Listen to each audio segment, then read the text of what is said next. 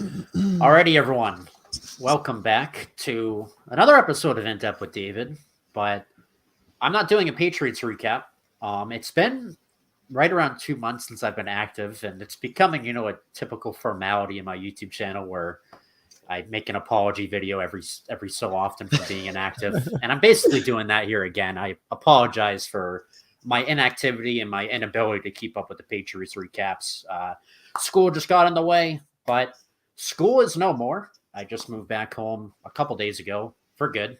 I'm done with school with my undergraduate degree at the university I go to. So I'm back home for good, and that means more time, at least for the time being, to do these podcasts. So we're going to talk some sports at some point today, but this is just a regular old podcast with me and some good friends and good family members. And That's right.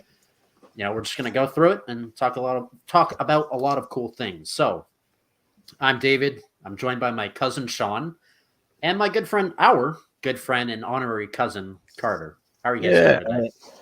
I'm doing pretty good. I feel like we look like more and more like triplets each time I see you guys. Like we're all just different forms of each other. That's right. We all got glasses too. Right. 12 eyes between the three of us. Don't trust us on those roads. I'm missing the whole beard part. You guys both got beards. I see that beard you're growing, Davey. Oh, I got to shave soon. That reminds me. Coming in nice. Oh, thank you. I mean, it pales in comparison to yours. I mean, I could mistake you for Santa at this point. Gotta get some grays. Yeah. I might get gray, honestly, sooner rather than later. Just all the stress of Boston sports and school and all that jazz. Probably bald, and who knows. But enough about that. How are finals going for you, Carter? Have you had any so far? Not yet. I did my last few papers the other day. I did my last assignment today too. That felt nice. It was due at 3:30 p.m. and I decided to work on it right at 3 p.m. or pretty much finish it at 3:30. So no, it's been pretty good though. No finals yet. I got them all. I got one on Saturday. I don't know if you have any weekend finals, but I got one on Saturday and then next week. What about you? I have one. So I have one that's getting released next Monday, and then one that's getting released next Tuesday. But since they're online finals or take-home finals, they're open for like 3 days each. So I'm pretty fortunate where I have a pretty decent window to finish them. And yeah, so you're done. You're not coming back to campus. Oh man. Yeah, just got these 2 finals to wrap up because all my other classes we did projects for finals, so I lucked out with that. And then just have 2 classes over the winter to take. It's funny. One of my classes is actually literally named drawing for non-art majors. That's one of my final classes I have to take, and then the other is like an intro to multimedia course, which I'm looking forward to. But yeah, and exactly a month. Yes, is it December 15th today? I think it is. 14th. Yeah. So, and yeah, basically a month from the day, January 15th, I'll be all wrapped up in my degree, and then off into the real world. Woo-hoo. The man himself with a fresh job and everything. That's right. He's a stud. He's a stud. Thank you. Going crazy. Thank you. You guys are too kind. Yeah, and then I go right into the real world and start my big boy job, as the kids say. So are you planning on wearing suits and ties every day at work? Heck no. There is a dress code. The interview. Yes. I think we talked about this too when we were on the radio. So Sean, you probably remember this too. I showed up extremely overdressed. Not overdressed for an interview, but just overdressed in comparison to everyone else at the warehouse. Like all the other people who I'll likely be working with were dressed business casual. So, they had sweaters on and collared t-shirts. I'm all decked out in, dress pants, suit coat, suit shirt, a tie. I mean, they probably thought I was like HR or something. And Carter had a good meme about that too. I remember a few weeks before the interview where you're like, "Oh, David, I can picture you being the guy who comes into the companies and it's like telling them move forward with the clipboard and the pitchfork or the forklift." But got the job, happy about that, and I will be wearing like collared t-shirts every day. I'm definitely never wearing a suit again at that job, man. At least. I mean, never say never, but definitely don't want to do that. How about you, Sean? How's school going for you? I know you said you're wrapping up your degree in March. So I was actually misinformed. I thought I was finishing in February, but I'm actually finishing in April. What? Yeah, I thought it was February. The guy, my advisor, told me he's like, I got you scheduled through the term of February, and I thought he meant like at the end of February I'd have it, but the February term is what he meant. So from February to April. So now I'm getting my degree in April. Kind of stinks because I really thought that I'd be finished sooner, but it is what it is. Look at Yeah, the shout outs there. That I know. I was on full screen and I was a just jump escaped. scare. Yeah. I was like, whoa. I just escaped full screen. I see all the biscuits coming through with the support. So thank you. I'll go through these. Helping out up to no good in the chat right now. I'll keep going through these as we keep talking. But yeah, you gotta. I mean, I feel like advisors are always out to screw you in school. It's really frustrating. Like I had a class last year with someone who was a senior, and at this time in the year, they were convinced they were done, just like me. Like it was just the fall semester and they were done. They were told by their advisor they still had 7 classes to take. Oh, that's the worst. Yeah, I've had some terrible advisors. I probably had like at least like 4 or 5, honestly. Like they kept switching for me in like my first like few semesters from when I transferred from like the Salem campus. But this guy I have now, like he's wicked good. Like he's a really like personable kind of guy. But obviously I was disappointed to hear like the news. But I just took his information the wrong way. You know, if he were to tell you that he's like, all right, like you're scheduled through the February term, like you would think that like you're done in February versus, you know, actually like a whole thing like through April. But I didn't have any finals this past week. My school like online doesn't do finals, so Wait, you had no finals at all? nah, no finals. We do like final projects, and they're Oh, really that's like not perfect. that bad because Sounds it's nice. like every like 3 weeks, every 2 or 3 weeks, we like do like a portion of the project, and then at the end, it's just like all those 3 parts like built together into the project, and it's like if you get like an A on all the projects, like the little pieces before, like you're just gonna get another A. So it's a pretty cheesy system, but it works out. I'm not complaining. So Yeah, I think that's just college 101 where a lot of it and like a lot of the assignments we get, we realize like how kind of stupid or pointless they are or like how like cheap they are, but you just got to keep your head down and just take the easy A basically. The weekly coloring books we get. For sure, as business majors. Well, you're a true business major though. Accounting, that's no joke. I get to color sometimes. Sometimes, right? Sometimes. In between balancing the books, you're coloring. Yeah. Yeah. Let's see. I wonder if David is going to get personal studio for this. I think it's not referring to something in StreamYard. That must be. Ooh, StreamYard Pros. I'm trying to get David to switch to OBS and Discord. That's right. I should get on that. I've been using something with like the fan page. They stream on this thing called Restream. Are you familiar with that? Yeah. Restream? I was using that for YouTube and Twitch at the same time. They have like a free version, and you can do like 2 platforms. You can do like Facebook. You can do like all those random ones. You can do like Rumble. I don't know if you've heard of that one. The one that Rumble. Yeah, Andrew Tate's on that. That's where all the canceled people are. And like Steve will do it. Yeah, it's funny you mentioned Rumble because a family member on Sean and I's side just promoted that on Facebook and said that's where it's at. Screw Facebook and screw Twitter. Like you got to get on Rumble. Oh boy. Ooh. Yeah. So I have to take his advice. Hey. I don't know much about it, but again, I think Tate popularized it. Like I hadn't heard about it at all until I knew he was doing videos on there. Yeah. But, you know, I'll definitely explore all the different platforms. Of course, me and you, Carter, a couple summers ago did a Spotify Green Room. Oh, wow. Whatever happened to that platform? It's I think I still have the app on my phone. It was it turned into Spotify Green Room, but it was something before that. I remember Spotify bought the app. I remember it was something before that. I forget what it was. Yeah, no, I forget. They were like trying to be like Clubhouse. I don't know if you've heard of that one. Yeah, that's right. Oh yeah, Clubhouse is pretty big. Yeah, there's always funny content. You ever see Whack 100? Oh yeah, he's always going off. Yeah, he's always going on off on people. And then Kanye was on it like last week, and he was just laughing at Meek Mill for like a minute 30. Yeah. Oh, jeez. His laugh is just funny. Twitter has like the equivalent of that, where they have Twitter Spaces now. Spaces, yeah. Which I think should that's probably pretty get cool. on. Yeah, Spaces is cool.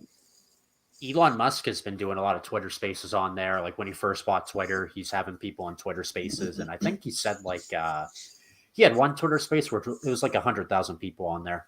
Yeah, and you can just join if you're just like looking at it.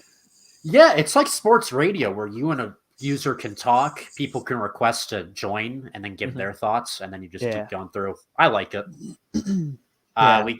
We got this. Wonder what David's opinion on the World Cup is. Well, this is funny because we kind of got into a little bit of a heated debate on the radio about soccer versus baseball. Oh yeah. Yeah. I'm going to be honest. I have no clue what's going on with the World Cup. I know the U.S. is out, but I have not watched one minute of the World Cup. Same. I watched all the free trial minutes I could get on all these streaming sites.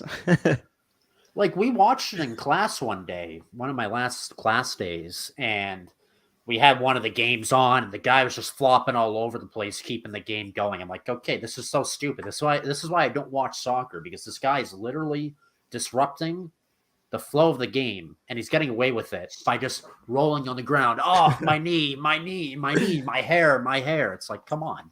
That's why I don't watch it. But, in 4 years, get back to me. Maybe I'll watch the World Cup then. But again, I couldn't tell you what's going on and who's winning or whatever. But I respect Ronaldo. I know I Show Speed's probably angry about that. Yeah, there's a video of him like that was hilarious. Crying. He was like at the game and he was like crying, and I don't know how he did. He was like snot bubbles down to here. It was so gross, but like it was so funny. Oh man.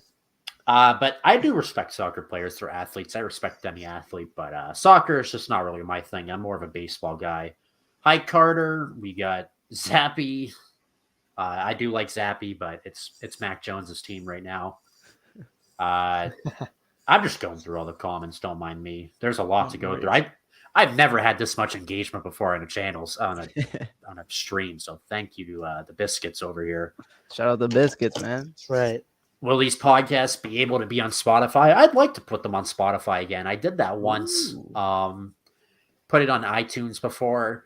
I'm just a simple guy, and I'm not like the most tech savvy person. I think it's weird because everyone thinks because I have glasses, like I know how to fix their computer. Man, I don't. I feel that. Yeah, I think we've all experienced that here in this call. But I'd like to put this on every platform I possibly could. What's this command? Yeah, this man thinks it's my chat. I don't know. He wants me to nay or something. I don't know. This isn't Carter's stream. Yes, this is David's stream. End up with David. Please subscribe. We gotta start Bitcoins. Bitcoins in Davy Jones's chat. Oh man. We'll get I'll make sponge sense. Sponge sense. SC. This is a Carter stream, correct? Jarrett Stidham. He's with the Vegas Raiders now. Raiders are unfortunately one of my favorite teams besides the Patriots, but I don't claim them right now. They are? I feel like for some reason you strike me as someone that would hate that team. Well, I haven't claimed them in a few years because a lot of their players love to go to jail for whatever reason. Damn, just did him dirty. I was not expecting that. Out of left field. Davey from the top ropes. But their head coach is Josh McDaniels, who used to be the Patriots offensive coordinator. Oh, really? He went there? Yeah, they him and our former GM Dave Ziegler went to the Raiders. So there's New England ties there. But no, just another rough season for the Raiders. And if I don't claim the Patriots will always be my favorite team and the only one I truly care about. But if I don't claim the Patriots, and it'll be the 49ers too. That's my favorite NFC team. Excuse me. So that's that. You got the gang. The deal with Jimmy Garoppolo and the 49ers? Like, I feel like I see a lot of hate on him. and I don't really understand why. I don't watch, but I feel like he was like the guy for them, and he brought him to the Super Bowl a couple years back too. Yeah, so they just don't think he's like an NFL quarterback, and they, people are blinded by the fact that every NFL quarterback has to be like Patrick Mahomes, where you have to be able to be mobile, throw the ball 80 yards down the field, and that classifies you as an NFL quarterback. Jimmy Garoppolo only throws the ball 10 times a game, but that's because the team around him is so stacked, and Jimmy Garoppolo can just be average for the 49ers to win and be a good team. Oh, wow. But fans think that he's not a good quarterback. They're mad at how injury-prone he is, which, yes, he's had a lot of injuries since he left New England. But even in New England, he had injuries. But that's not his fault. It's just unlucky. Right.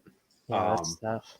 He's by no means like a top-tier quarterback, but he's like one of the more winningest quarterbacks in the league right now actively. I mean, he's hurt right now. He's out for the season. He broke his foot.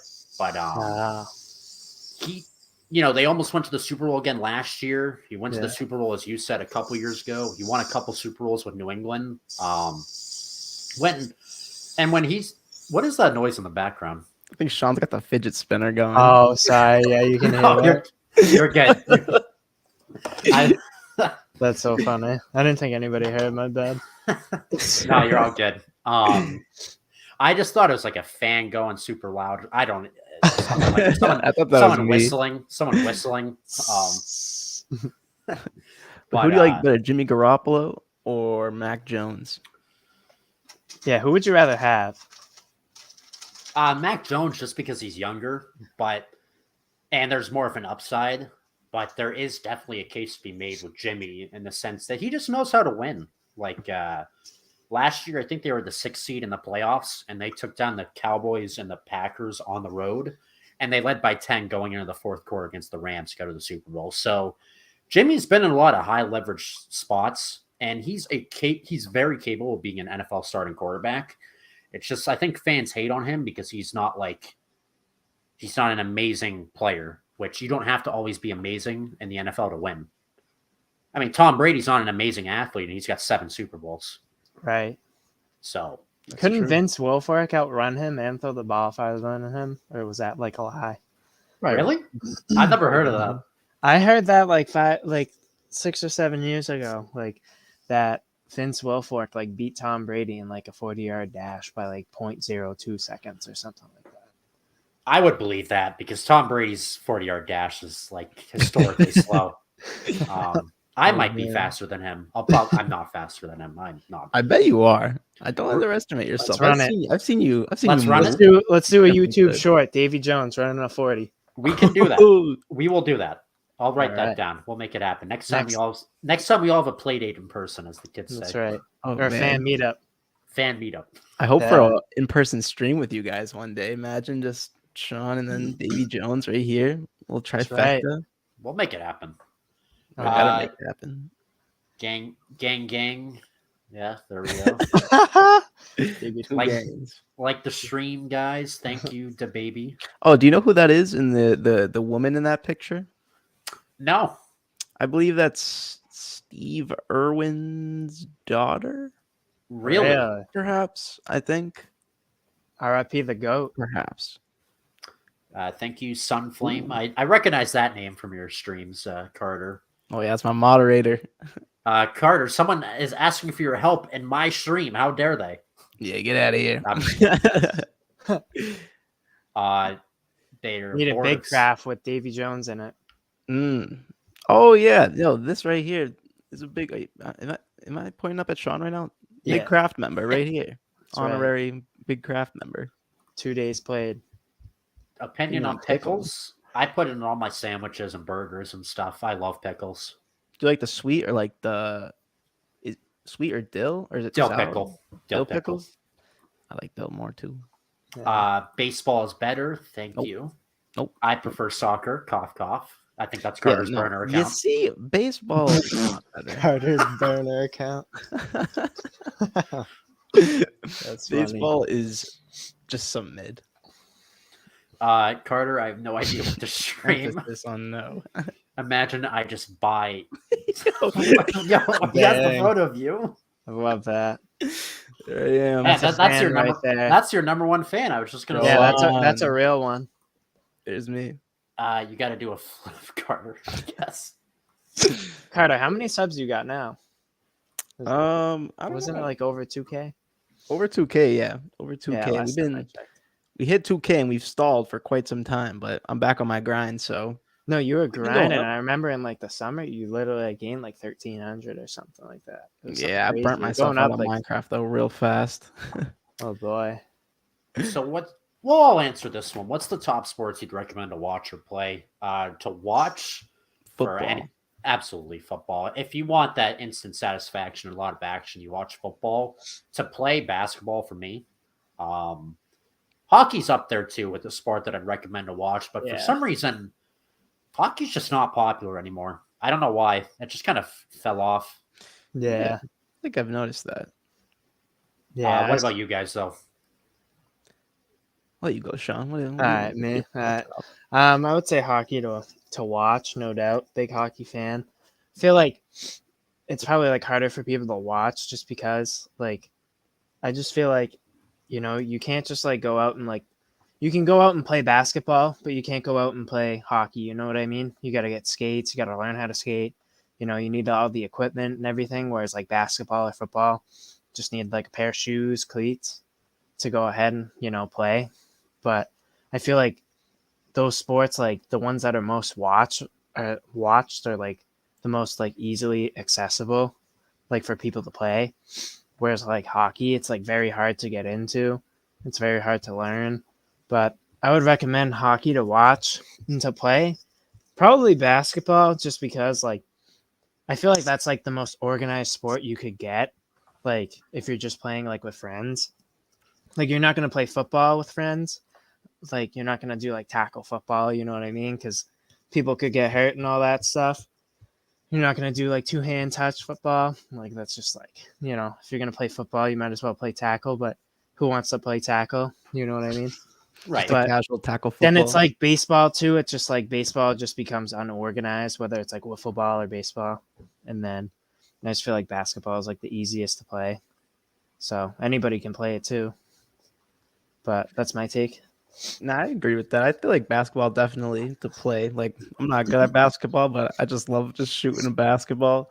My jumper also, for some reason, like Wet. I just can't get a good jumper down. So I kind of just try to do the Larry Bird one where you like, you know what I mean? He has like over his head. You got to try that. You got to try the Al Horford one, which looks so uncomfortable. The Sean Marion. Yeah. Yeah. I gotta try something out. I need one of you guys to teach me a new jumper. Sean, I think you saw me shoot a basketball at Bob's house one time. Oh boy, yeah, that might have been a long time ago. But that's so funny. Yeah, but yeah, so I'd say at basketball Bob's to house. play. We'll make that happen, and that's another video idea. That's a great idea. Yeah, So, I want to see your jump shot, Davey. Yeah, we can definitely make it happen. Davy Jones goes nuts in indoor basketball with I've the heard, little bro. I hear mini hoop. rumors. I hear Yeah, so the many little rumors mini on hoop. campus. Yeah, goes nuts. good memories over the years. Trick shots. Yeah, right We back were- there. Me and you, Where when is we it? played against our other cousins, we were like the Jays. Sean. Right We back were like there. the Jays against them. Tatum and Brown. Yeah, that's right. Yeah, Well- fun times. Whether we're playing basketball in here or we're running up shell 2v2 or something. Oh, those are always fun. Game of inches. All those games become games right. of inches. Sean always finds a way to deke me out of my skates. Davy Jones beat me though a couple times, I will say, way back. Back in the cabin, I remember I beat you 2-1 with Dennis Seidenberg getting a slap shot goal in OT. Yeah. Yeah, out of everybody, Dennis Seidenberg, guy could never hit the net in his career. And Davy Jones just clap bombs me. This is the So you most say I've ever David's listened better than you at NHL. Wait, what'd you to. say? No, I'm not I better. said David's better than you at NHL, Sean. Oh, Heck no. I don't know. He's like Bobby Orr. I'm like Matt Irwin. I didn't buy the new I one don't know this who year, those though. people are. You don't know who Bobby Orr is? No. I didn't buy the Bobby new Jones. Orris. Bobby Orr, number 4, Bobby Orr in the Bruins. Never heard of him? Pasta. I know pasta. Let's go. Okay. Well, Fair you enough. know, was his pasta. Marchand and pasta. Oh, I texted Brian right after the game last night, Sean. I texted in all caps, pasta is on the menu. That's what I like to hear. GG. We're gonna take you to a Bruins game, Carter, and we'll Ooh, get you that'd up be to nice. speed on Bruins Yeah. history. I'm Oh, no yeah. Bruins expert as well. Sean's the expert, but I've gotten more into it. Yeah, it's Um, rough. I can only name 2 players, but I watched my first full Bruins game the other day with Sean. So Yeah. Good. Yeah, that's right. that's a progress. It's definitely progress. Thank you for this. We appreciate the support. By the way, has David ever played in a sport? David's a 4-seasoned athlete. Ouch. I don't know if this is a insult. I think but, I think it might just be a question. okay. I think so too. I have played, let's see, baseball up until 6th grade, so Little League. I played basketball. This is all organized too. And then soccer. All when I was younger, though. Just as I got older, it got too competitive for me. So I haven't played organized sports since high school, freshman year of high school for a little What are bit. you talking about? You are an ultimate frisbee star. Ultimate Frisbee was fun. How'd you know that I played Ultimate Frisbee? True. You told me. You play it. Oh, we don't want to. We're not going to talk about that. I played it at. Yeah, that's right. It was ripping Genos. He had the throw that you go like this, or you like throw it to the side. He was like that. Just He a had little throw it flick of regular, the like, he do it wrist. like that. I It was crazy.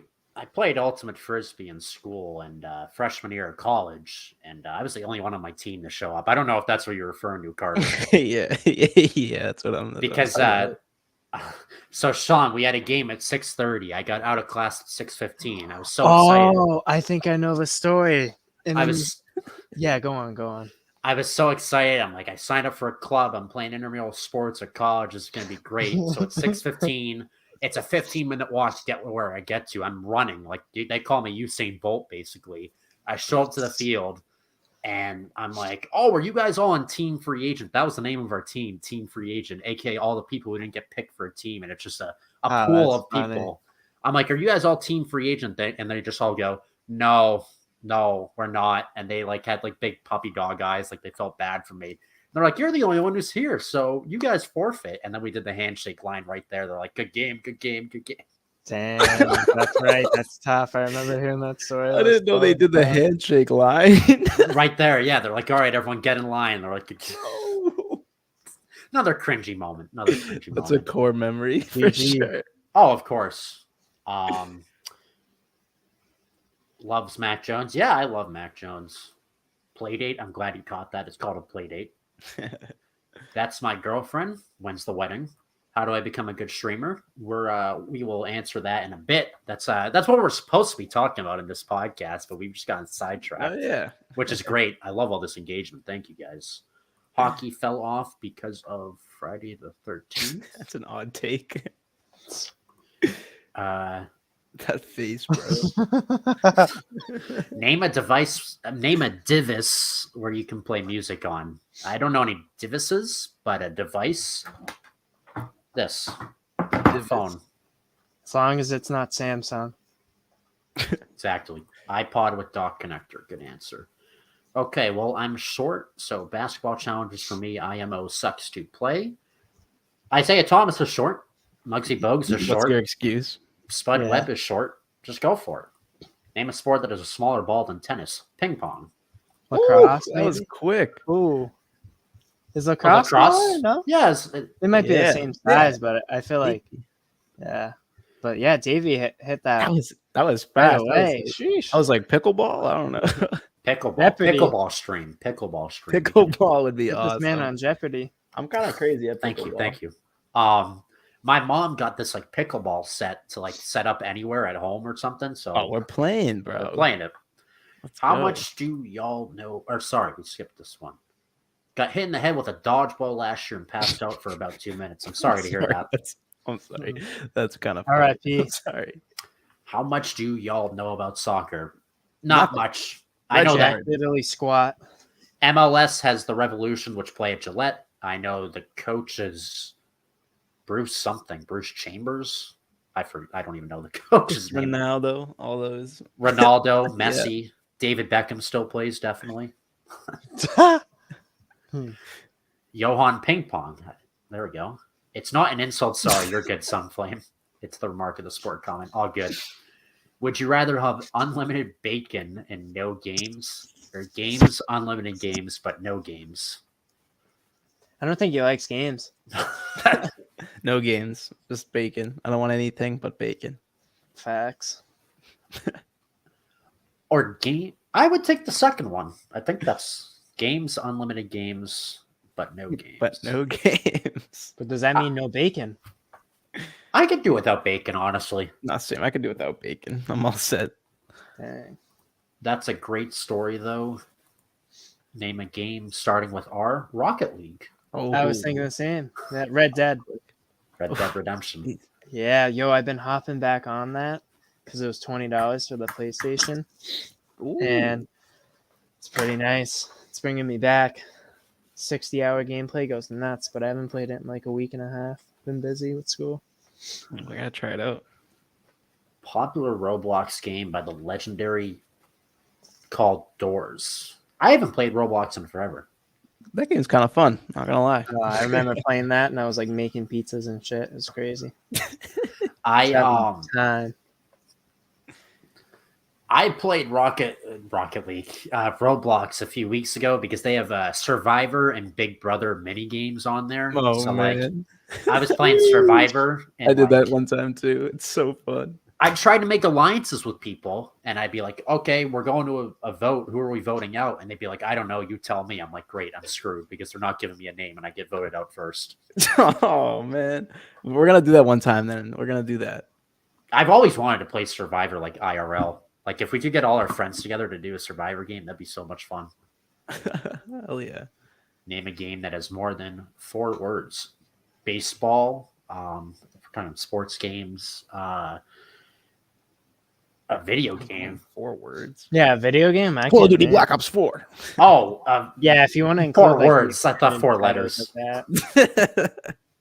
Yeah, I don't know. I think any Call of Duty title, they really got like a paragraph. Sure. Yeah. Disregard me. I thought it said 4 letters. So that's why I said baseball, but 4 words. I do not know anything about that. I don't. I'm not gonna try to pronounce that. I get roasted every time I try to pronounce something. Kahuku. Yeah. Not sure what that is. Is that like anime? Hopefully it's not a bad word. Yeah, hopefully, or else we're all canceled. Yeah, that's right. It's going to Rumble. Time for the podcast due to the RB. Running back battle. Yeah, challenges? give me. This is like a Dance Revolution game with your arrow keys, and I'm not good at it. Okay. Look, I love how this guy says no offense, but then he follows up with saying something offensive. It's like no offense, but I'm gonna be offensive. And it's bad in uppercase letters too. I'm not gonna put that next comment up. You guys can look at it though. I don't know if we should address that. That's funny. Yeah. Can you guys see it? No, I don't. Oh, and then that guy's name and the next oh one. my god! Shoot! I was about to put that one up. Good catch, Sean. That's catch. so funny. Dude, I remember isn't it like Pepe? That's his name. That's Pepe so the yeah, it's Frog. Pepe. Shout out Pepe. Dude, that was like middle school memes right there. Holy moly! It's like Pepe sad. We already asked it to many times, but he declined it. Okay. Yeah, you see, Maybe when he an hits ongoing 1 million request. subscribers. Yeah, I said 100,000, but let's bump it up to 1 million. All right. Millions. Yeah, if we get 1 million, that'll have it on 1 million. Okay. So now we're actually going to get into the podcast almost 35 minutes later. We're going to talk, as you can see by the description of this video, we're going to talk about streaming, YouTube, Celtics and Bruins. So something that everyone here in this call can contribute to. So, Carter, you are a epic streamer. Okay. You've amassed a following. Season. A seasoned streamer. That's a better word. You've amassed a following of over 2,000 subscribers. You grew a lot in the thick of the pandemic, just grinding. Yes, sir. What made you want to start a YouTube channel? And was it just you wanted to start making videos, or did you know right away you just wanted to do strictly streaming? So I think it was in like 6th or 7th grade. Or no, I think it was in 7th grade when I got like my first like capture card. And at first I was just making zombies videos because like I don't know, I watched like a lot of zombies, like Call of Duty zombies. And I just wanted to make videos like how they're making videos. So like I bought a capture card and just started doing that, made really bad, like just that like hour-long no cut videos, no voice audio, just gameplay. They weren't that good. But just doing that was like pretty fun, but then kind of stopped like really enjoying like recording them because like I don't know, it just takes so long. So I was like, all right, let me just try to live stream it. But I didn't do that at first because I used to have a really squeaky voice. I had to delete my old YouTube channel because I had a very squeaky voice. It was Me bad. too. I feel like we all went through that, the early squeaker stages. Oh, everyone's, I mean, I'm not private to them, but everyone's seen the old YouTube videos of mine from 2013 where I sound like one of Alvin and the Chipmunks. I love those videos. So, what Goated. capture card did you have? Because I had a capture card too. I had the Elgato. I got it from Oh. Walmart. See, ready for this? Ready for this sad story? I went to Walmart, or no, I went to Best Buy, and I asked them if they had an Elgato, and they were like, and like it was like these two younger employees, and then they started clowning on me. They go, "Oh, what? You want to stream or something?" And I was like, "I want to record gameplay," like squeaky ass little kid. Dang. And they're like, "Oh yeah, let me go find it." And then they walked away laughing. Didn't get me the Elgato, so then I Dang. went and just walked Dang. over, found another section, found me a Hapog HD. I couldn't spell it for the life of me now, but it was called a Hapog, and it worked. I mean, it was really clunky. Couldn't really do much except click record, but it worked, you know. Origin And, villain story right there. Yeah, I was that's just my gonna villain say, story. For real. It's your villain story. And then I went home and recorded an hour-long uncut footage of zombies. And I was like, that'll show them. Me personally, I wouldn't have taken that kind of disrespect, but that's just me. Davy Jones. Never If I was caught above lacking. 5 feet at the time, I would have said something, but I was like 4'10", I think. So Uh-huh. I had to hold my L. Dang, that's disrespectful. But hey, is that like your motivation? Do you remember back to that moment? And that's your motivation to keep grinding, or do you not care? I look back to that and I remember them because I was with all my cousins too, but they didn't hear me. I just walked up and I wanted to just get it on the side and then just like think nothing of it. So then when I found it, I remember they were like all asking me about it, and I was just like trying to hide it. I was like, nah, now I'm I felt embarrassed, low key, that I was doing it. I was like, damn, is this what people like? I was like, nah, I'm just gonna not tell anybody.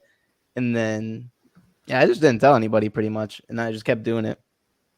And then I remember the first person I told, they ended up, I think, playing one of the videos in the library at school, and then that's why I deleted one of my first channels too. Yikes. I was like, come on. And so yeah, definitely looking back, I'd say it's more just like, I don't know if it's motivation, more of just like, let me try to forget that. Oh man. Yeah, you've done a good job for yourself up until this point. Hey, Yeah, that it made happened a to my shift. friend. That happened to my friend once. One time, like one of the teachers in middle school, it was like 7th grade, got a hold of this kid's like YouTube channel, and he kind of had like cringy like intros. Like I hate to say it, Oh no. but the teacher ended up putting his YouTube video up in front of like the whole class, and then the kid ended up like walking out crying. It was bad. I no. wasn't in That the would've been class, me, but I heard bro. about it. But imagine that. Imagine the teacher puts your YouTube video on. It And could it's always like, be worse. It could always be worse. true. Yeah. But in front of the whole class and in like 7th grade, like, I don't know, you're just kind of at that awkward stage where, you know, it Yeah, just, no. Oh, you don't man. want that to happen. But Not at all, dude. Oh, I probably would have the same I reaction. get what you mean, though. Yeah, I heard a story about that. That's not really cool for like people like mess around like that. But people do it, you know. That's yeah. why yeah, that's tough. I mean, just putting the videos in front of everyone in class, that's why that's okay, this is what I'm gonna say. That's why I don't watch anything that I do back, because I just like, I don't like watching myself back because not that I think we all just kind of cringe when we like watch ourselves and replay. Yeah. So when I post these videos, like these podcasts, I'll watch back just to like see what I can improve on. which I'm sure there's plenty of stuff I can already improve on in this episode. But I just do it to get better.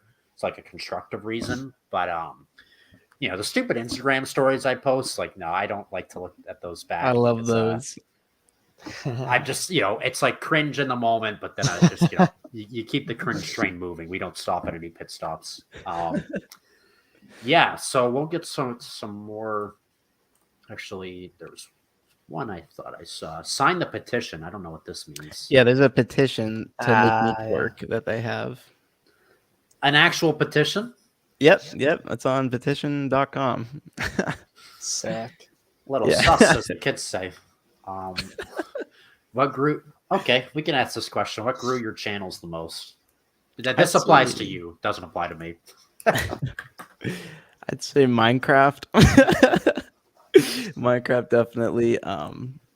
I looking back, I didn't realize how many hours I really put in, but the other day I was like, let me look at my old streams, like see like just what I was up to like a couple years ago, and I was doing Minecraft like 4 to 5 days a week for like 6 hours, and just mentally I don't know how I even really like did that, because I can't play a game right now for more than like 4 hours without getting bored.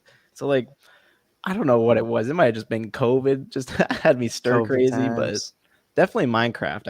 I played that so much, but like in the time, like I wasn't bored at the time. Like I was just like having fun playing it. But looking back, I don't know how I did that.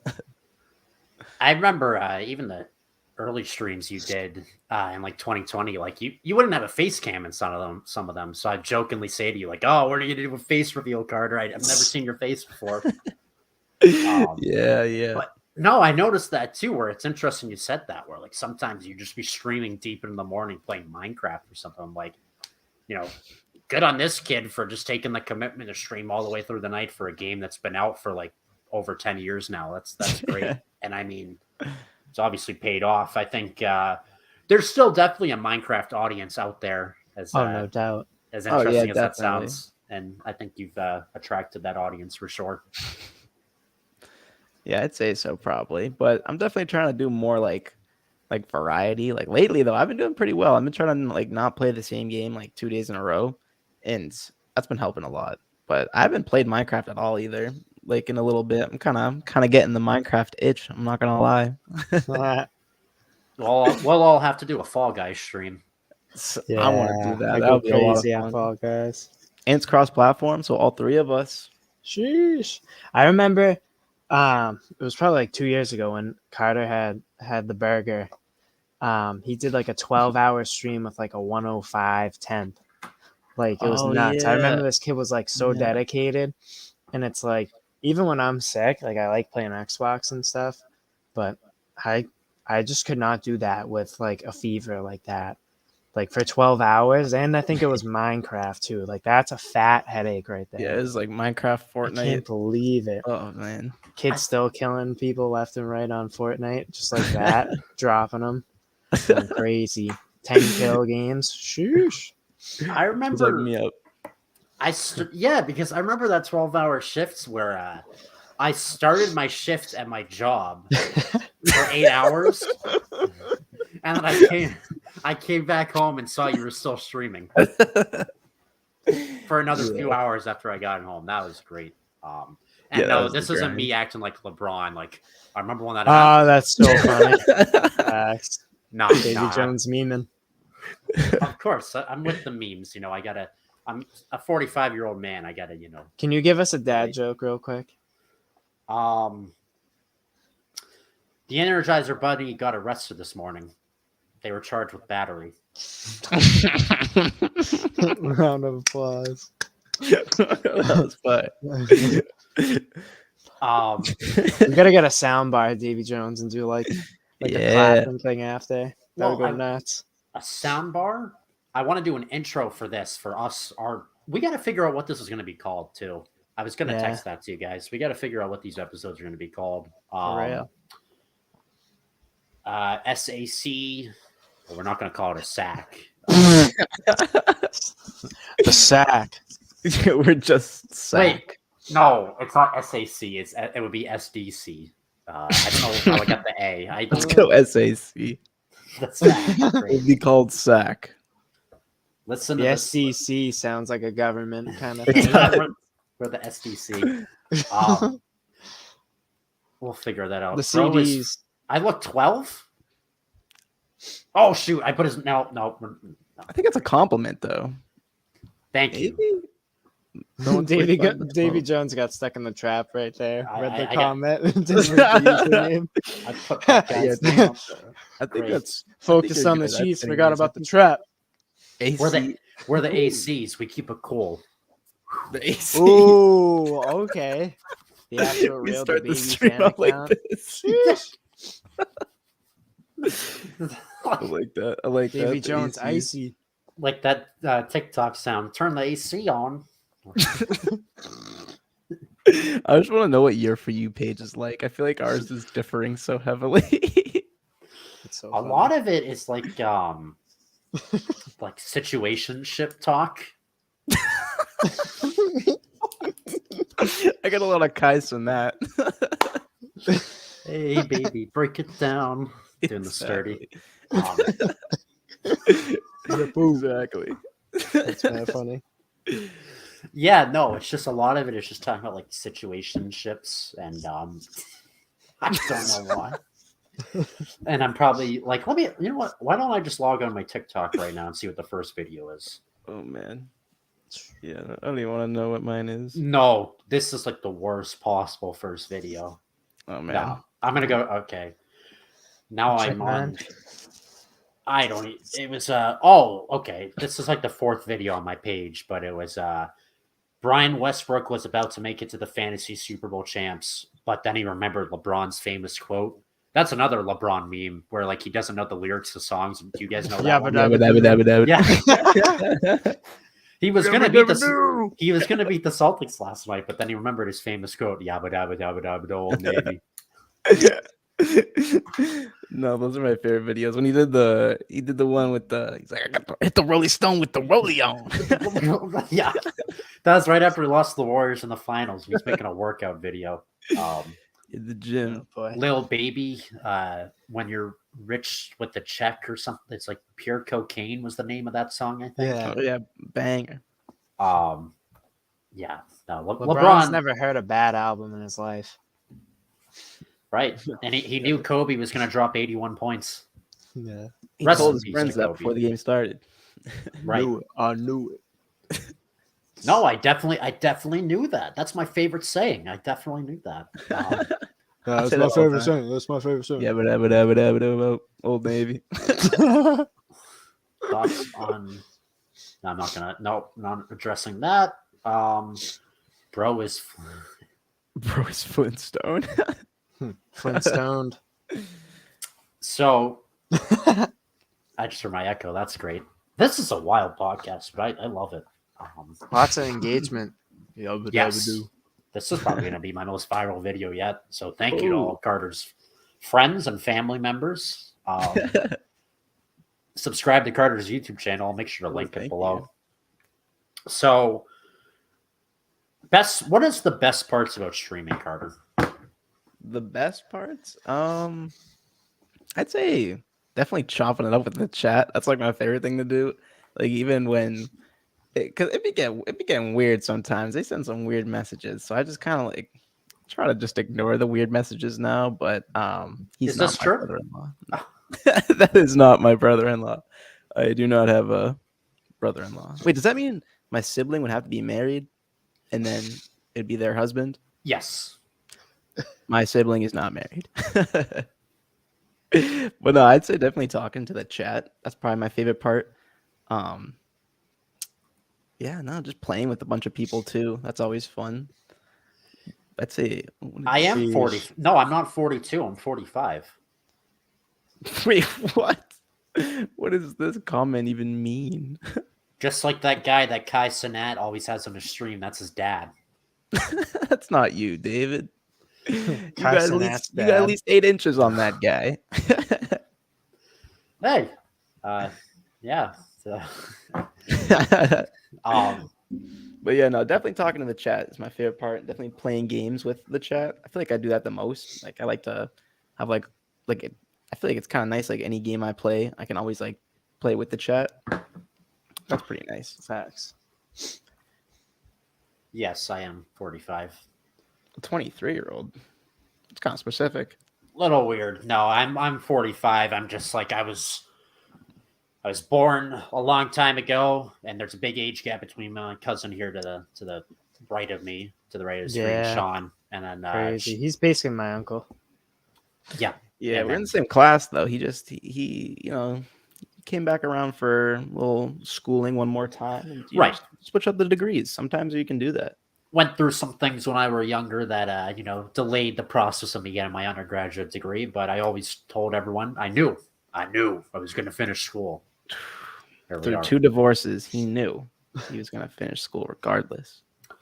I think it's important though to engage with the chat like you talked about, because that's just how you get people to follow you, and that's how you get people to stay watching, because it just shows that you care about the people who are taking time out of their day to watch you, even if it's just for a few minutes. But I think that's like an underrated part of trying to build a YouTube brand. It's just showing your viewers that you care about them and using that sort of caring nature or trying to use that caring nature to translate into subscriptions. Oh yeah, definitely. So, Sean, do you have any questions? Feel free to interject at any time. What's your favorite stream ever? My favorite stream What's your ever? favorite? Top 3 has got to Good be one. that Sea of Thieves one. No doubt. I just got to say. That's got to be a top 3 stream. Maybe If there's some OGs here that know the Sea of Thieves. Sunflame does. stream. Sunflame actually. No way. She came into one of the big craft streams, and that's when she started watching the channel. Really? That's pretty crazy. That's like 4 or 5 years ago now. If she knows the Sea of Thieves one, then that's nutty. But yeah, what's your favorite stream? My favorite, there was this one big craft stream that Sean, this is when you quit big craft. I was so sad you had quit, but we ended up letting in like, I think we had 8 people in the world, but it was like all of us were like it was like all like people we knew, like that we always like played with and stuff. It was So, going like, crazy. it was just everybody was in there, and like it was so we were just goofing around. Like that's probably definitely like one of the core stream memories. Yeah. Probably that one, or I would say the Sea of Thieves. That one was that was my first time playing Sea of Thieves. That one was funny. Dude, that game is pretty fun, but I feel like it's very like multiplayer based. Like, Yeah, I don't think I could have a fun time playing by myself. Like no, if playing you with like other sailing- people, and you should be able to have more than 4 people play that game. Like, imagine a boat with like 6 to 8 people. That would be nuts. Like Yeah, that like a would be battle so much royale. fun. Imagine would. that. That'd be Yeah, that sick. game has potential. It really does. It's not bad. Oh yeah, no, definitely. But yeah, no, all my favorite streams I've been with like playing with people. Like normally, like I like streaming like by myself and stuff, but Yeah. like when I'm with someone, usually it makes the stream like you can like just like watching it back to it like makes it like this was a fun stream to watch. Yeah, I remember watching you do some of those like Minecraft like battle things where like you like run across like a map or something like that, and like people chase you, and then you have to like battle some guy, and like I don't know, it was kind of like a speed run kind of thing. I feel like, but Oh yeah, I don't know if you remember that. no, I do remember that. Yeah, those are fun. I seem used to do so those against my difficult. friends. No, those are hard, bro. I'm not good at those. There's about like I had so many failed attempts. I think like I used to do hardcore speedruns on Minecraft, and I had like 45 attempts, and at one point it was so bad. Yeah, No the way. streams big craft. Yeah, I'm the infamous man in that one. Well, Crazy. actually, let me bring up one of my favorite streams was one I did the other day. I don't know if you guys saw me and Pat. We played this game called Escape the Ayuwaki, and like if you talk, the thing that's trying to like kill you will run up to you, like it like follows your voice. And so like me and Pat just had to like whisper to each other, like both Oh, sitting right God. here playing it. And that was pretty fun. That was definitely That does sound fun. there. Dang. It was pretty sick. I wish we were streaming that time. I think Sean was in the party for this almost a year ago when we were playing Among Us, and you have that epic audio of me saying, "So who are we voting for?" And then I got voted out. Yeah, I got the clip. You got to play it for me. Yo. So I haven't heard it since. I got to hear it again. Yeah, I got soon. you. I have it.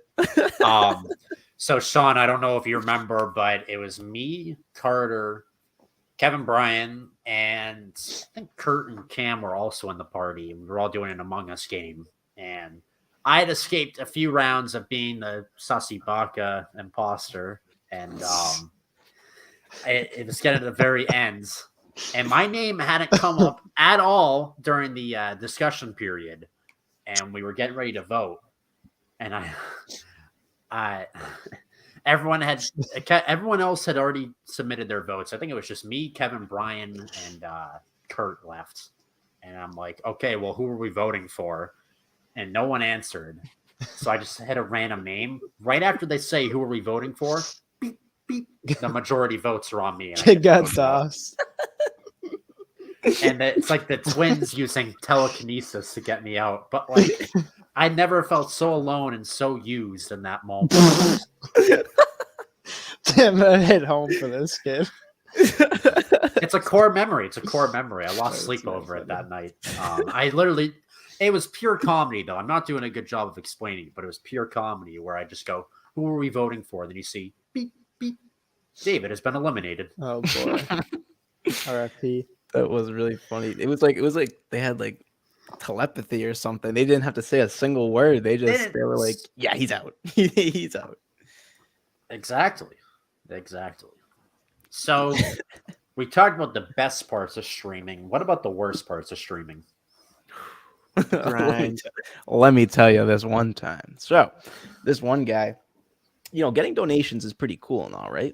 It's pretty cool. Do you get the full amount, or does a part of it get taken for like other reasons? You get taxed, and you get, I think, 55% of it, which is better than Twitch. Twitch takes like, I think, 70%. They'd have like a 70-30 cut, and then YouTube has like a 55-45 cut, I think. And this one time, this guy donated me, like, he kept donating $1 donations, and I was like, and after like 2, I was like, why does he keep, like, what's going on here? Why does he like keep doing this? And so I remember saying specifically, I said, if you're donating off your mom's credit card right now, stop donating. And he kept going with the money. He goes, oh no, my mom said it was fine. And I was like, Damn. bro, I do not like the sound of that. And he donated, I think, 12 $1 donations.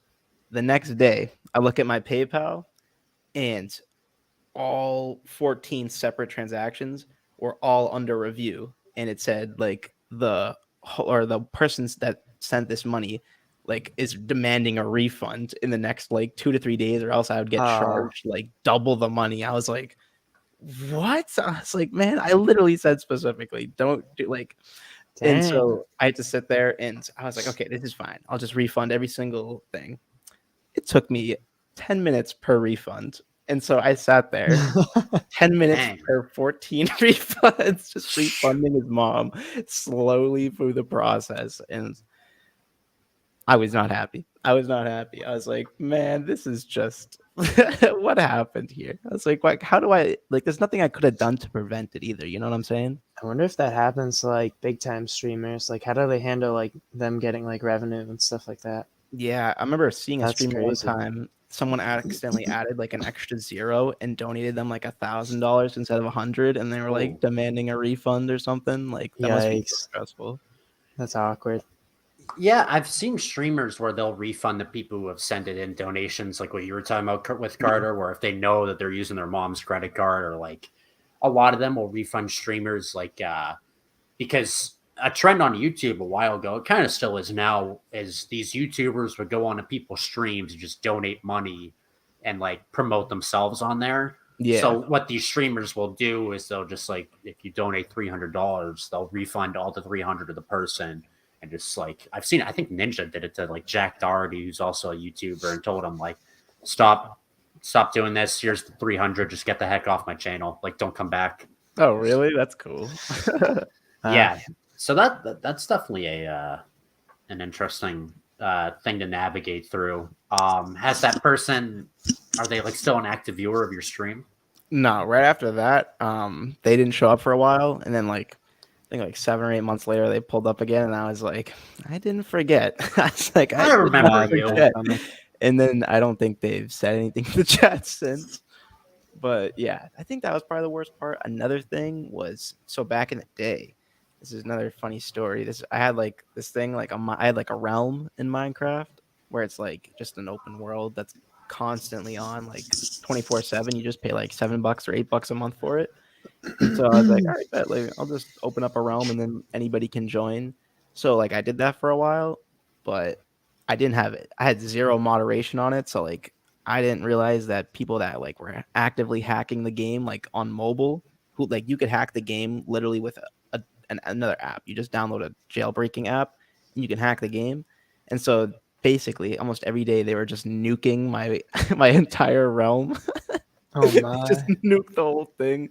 Like pretty much every day. And so I just had to every day just keep resetting it over and over.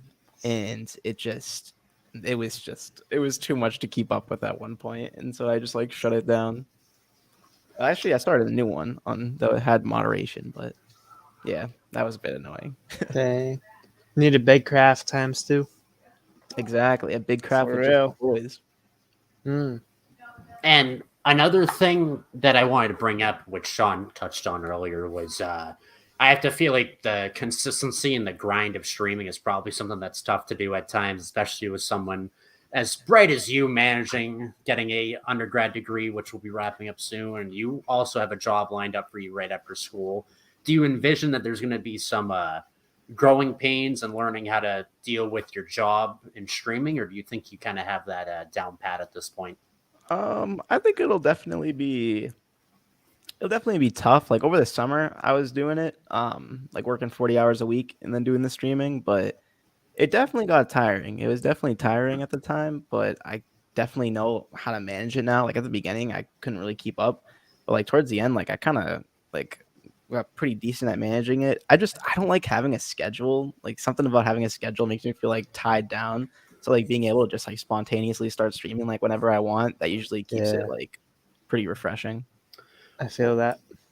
That's the dream for me. I mean, this job that I have lined up is great, and I'll stay at it. I'm been saying I'll stay at it for at least a year, but I would just love to have the flexibility, like you were just talking about, where you can just make your own schedule, do what you want to do, but make your own Mhm. schedule and have every day be different, and know that like every day is going to be a new challenge, but it's a new challenge that I'm willing to take on versus a new challenge at work, like make sure you get payroll done by 4 p.m. Like it's stuff that I actually want to do. So Yeah. hopefully we all get to that point in life where I think our generation is kind of like the leaders in this, where a lot of us aren't with that whole 9 to 5 lifestyle, 40 hours a week, not necessarily 40 hours a week, but just the schedule, which is what you were Yeah, talking working about. 5 days a week, every like back to back to back to back, 2 days off.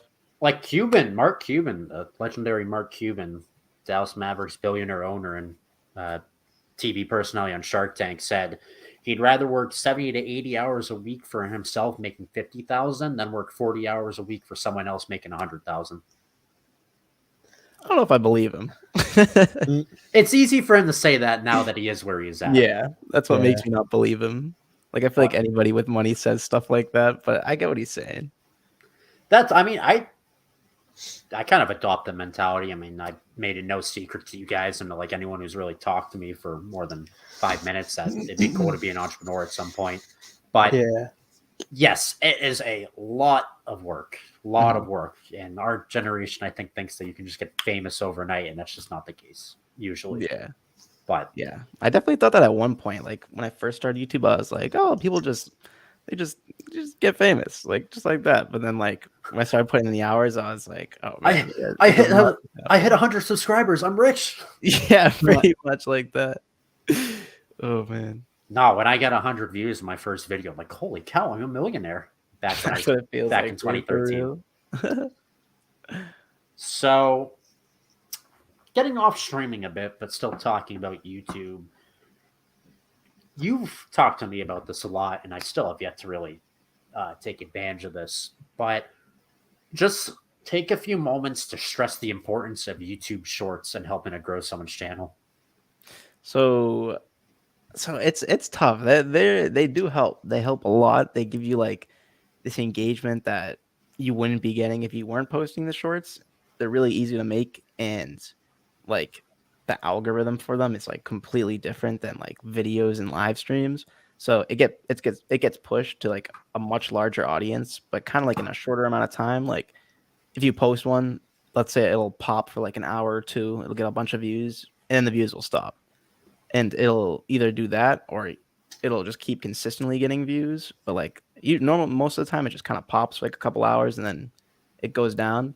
So it's definitely nice for growth. It helps a lot, but I feel like videos definitely help more, because to get someone to go from watching your shorts to watching your live streams, or let's say your videos, is a lot harder than if, let's say, they found your video and then they would come to your live stream.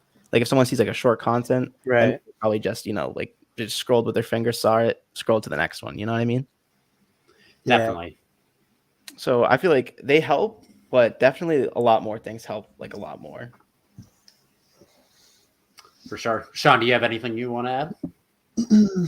I feel like you saying that, like you like understand, like just like kind of like the audience of YouTube and everything like that, and like what to like attack and like look for in that sense. You know what I mean? So like you understand like that, like I don't know, certain people might just be looking for like shorts and stuff like that. It might be Yeah. harder for them to like go from watching a short to like an hour long stream or whatever. Yeah. So that's just that's an experienced man right there behind the YouTube grind. So Yeah. not really a question, just a comment. Appreciate Yeah, that. no. Great comment. So YouTube Shorts is a lot like TikTok for YouTube, where it just goes back to what you're saying, where you can just constantly keep swiping through shorts. And again, Yeah. as you've said, and I've seen you've had success with it, where you get a lot of views from some shorts you've done. Another thing that's interesting is people are taking the content they post on TikTok and posting on the YouTube as shorts. So like a TikTok video is a YouTube short. I've also seen it where people are taking videos from like YouTube streams and turning it into a TikTok video. Yeah. I personally don't think that that's a recipe for success, because I feel like TikTok and YouTube audiences are both looking for two different things out of their viewing experiences. Like the TikTok videos that really go off are like the Ask Reddit videos, where it's just like text to speech, people talking about Reddit clips or Reddit threads. With the Minecraft guy just like running on blocks. Yeah, it's like half of the video is that answering the question. The top half of the video is them playing like GTA or something. Like those videos just pop off on TikTok. But I've seen people try to post those clips on YouTube. No views, no engagement. And YouTubers like to take clips from their streams of like funny moments and put them on TikTok. High engagement on YouTube, no engagement on TikTok. So it's just really interesting, but I think it's just, I mean, I'm no expert in the social media game as well, but it's just a PSA for, I think, anyone out there that those two apps are two different audiences looking for two different things when viewing content.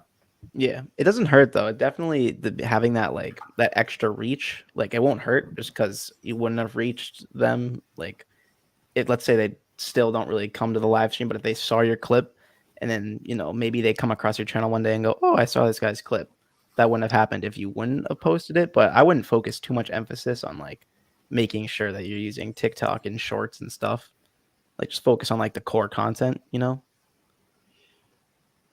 How do you tackle YouTube's algorithm? So YouTube's algorithm is very conspicuous, I would say, where TikTok, it's very transparent on how they use their platform, where they assume what they think you'd like for content based on the videos you interact with and the hashtags you interact with.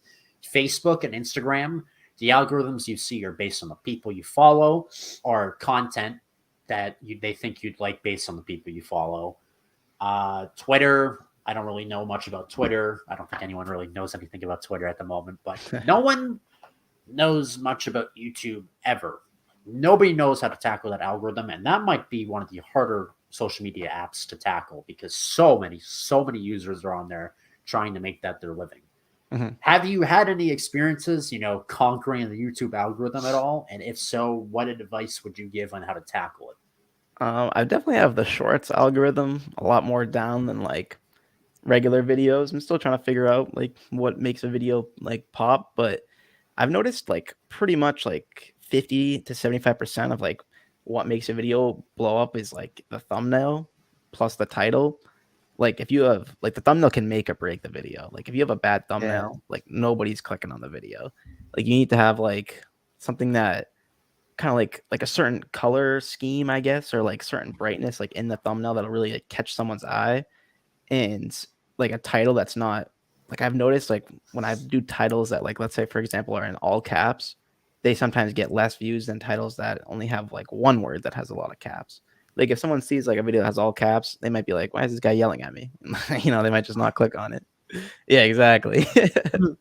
But if they see someone's face going, they might be like, "What's he doing that for?"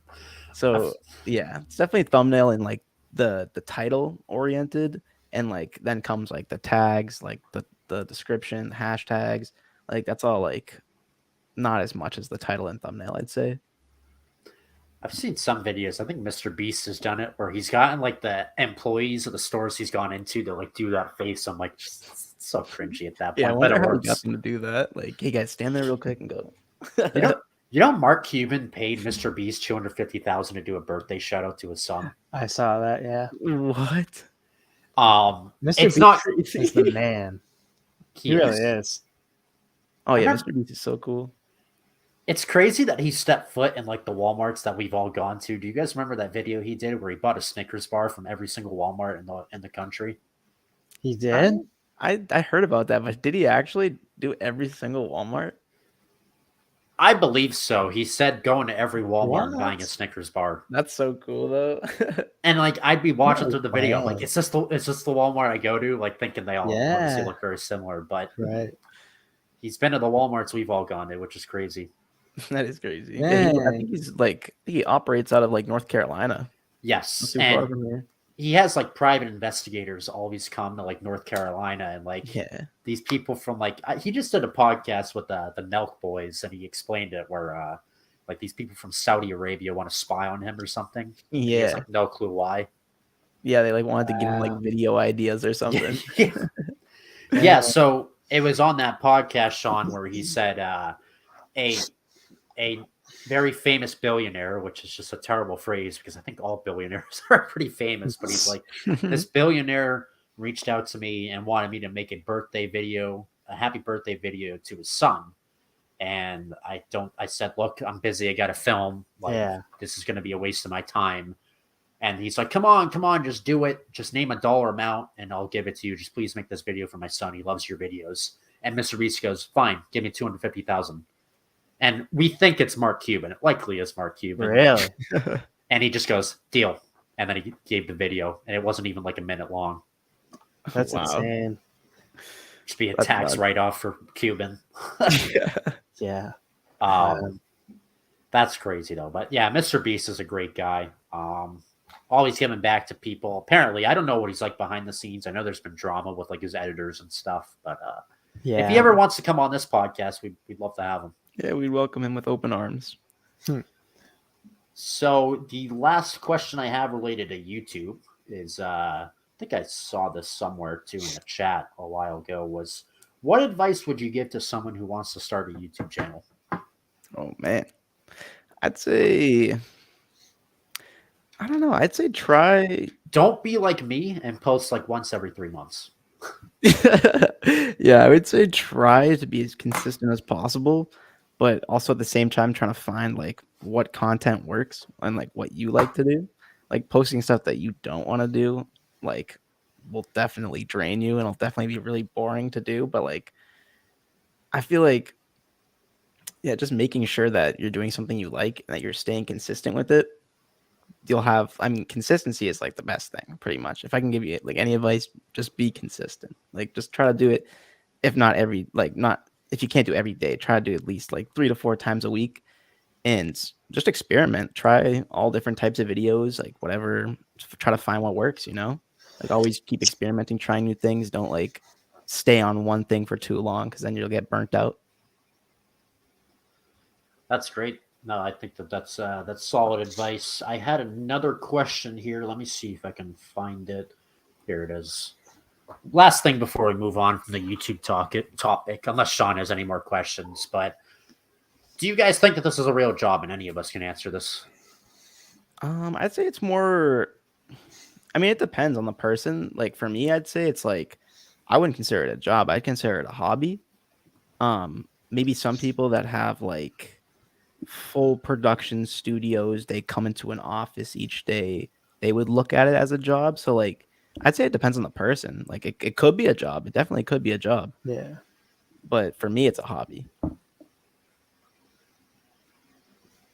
How about you, What do you Sean? say, David? Or yeah, Sean, what do you say? For me, go along with what you said. Like it just depends on the person. I mean, I'm not like I don't stream. I don't do any of that. For me, if I would, it would kind of be a hobby.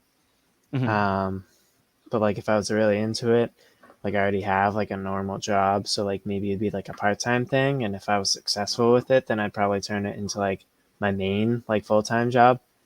But it just depends on the person and like what their purpose is, what they're looking to like get from it. So I would just say it's a hobby for most. You know, it's a nice way to connect with people as well. Yeah, I would say YouTube, for most people, the best it can be is like a side hustle, where it's not going to ever be your main source of income unless you're like PewDiePie or Mr. Beast or someone like that.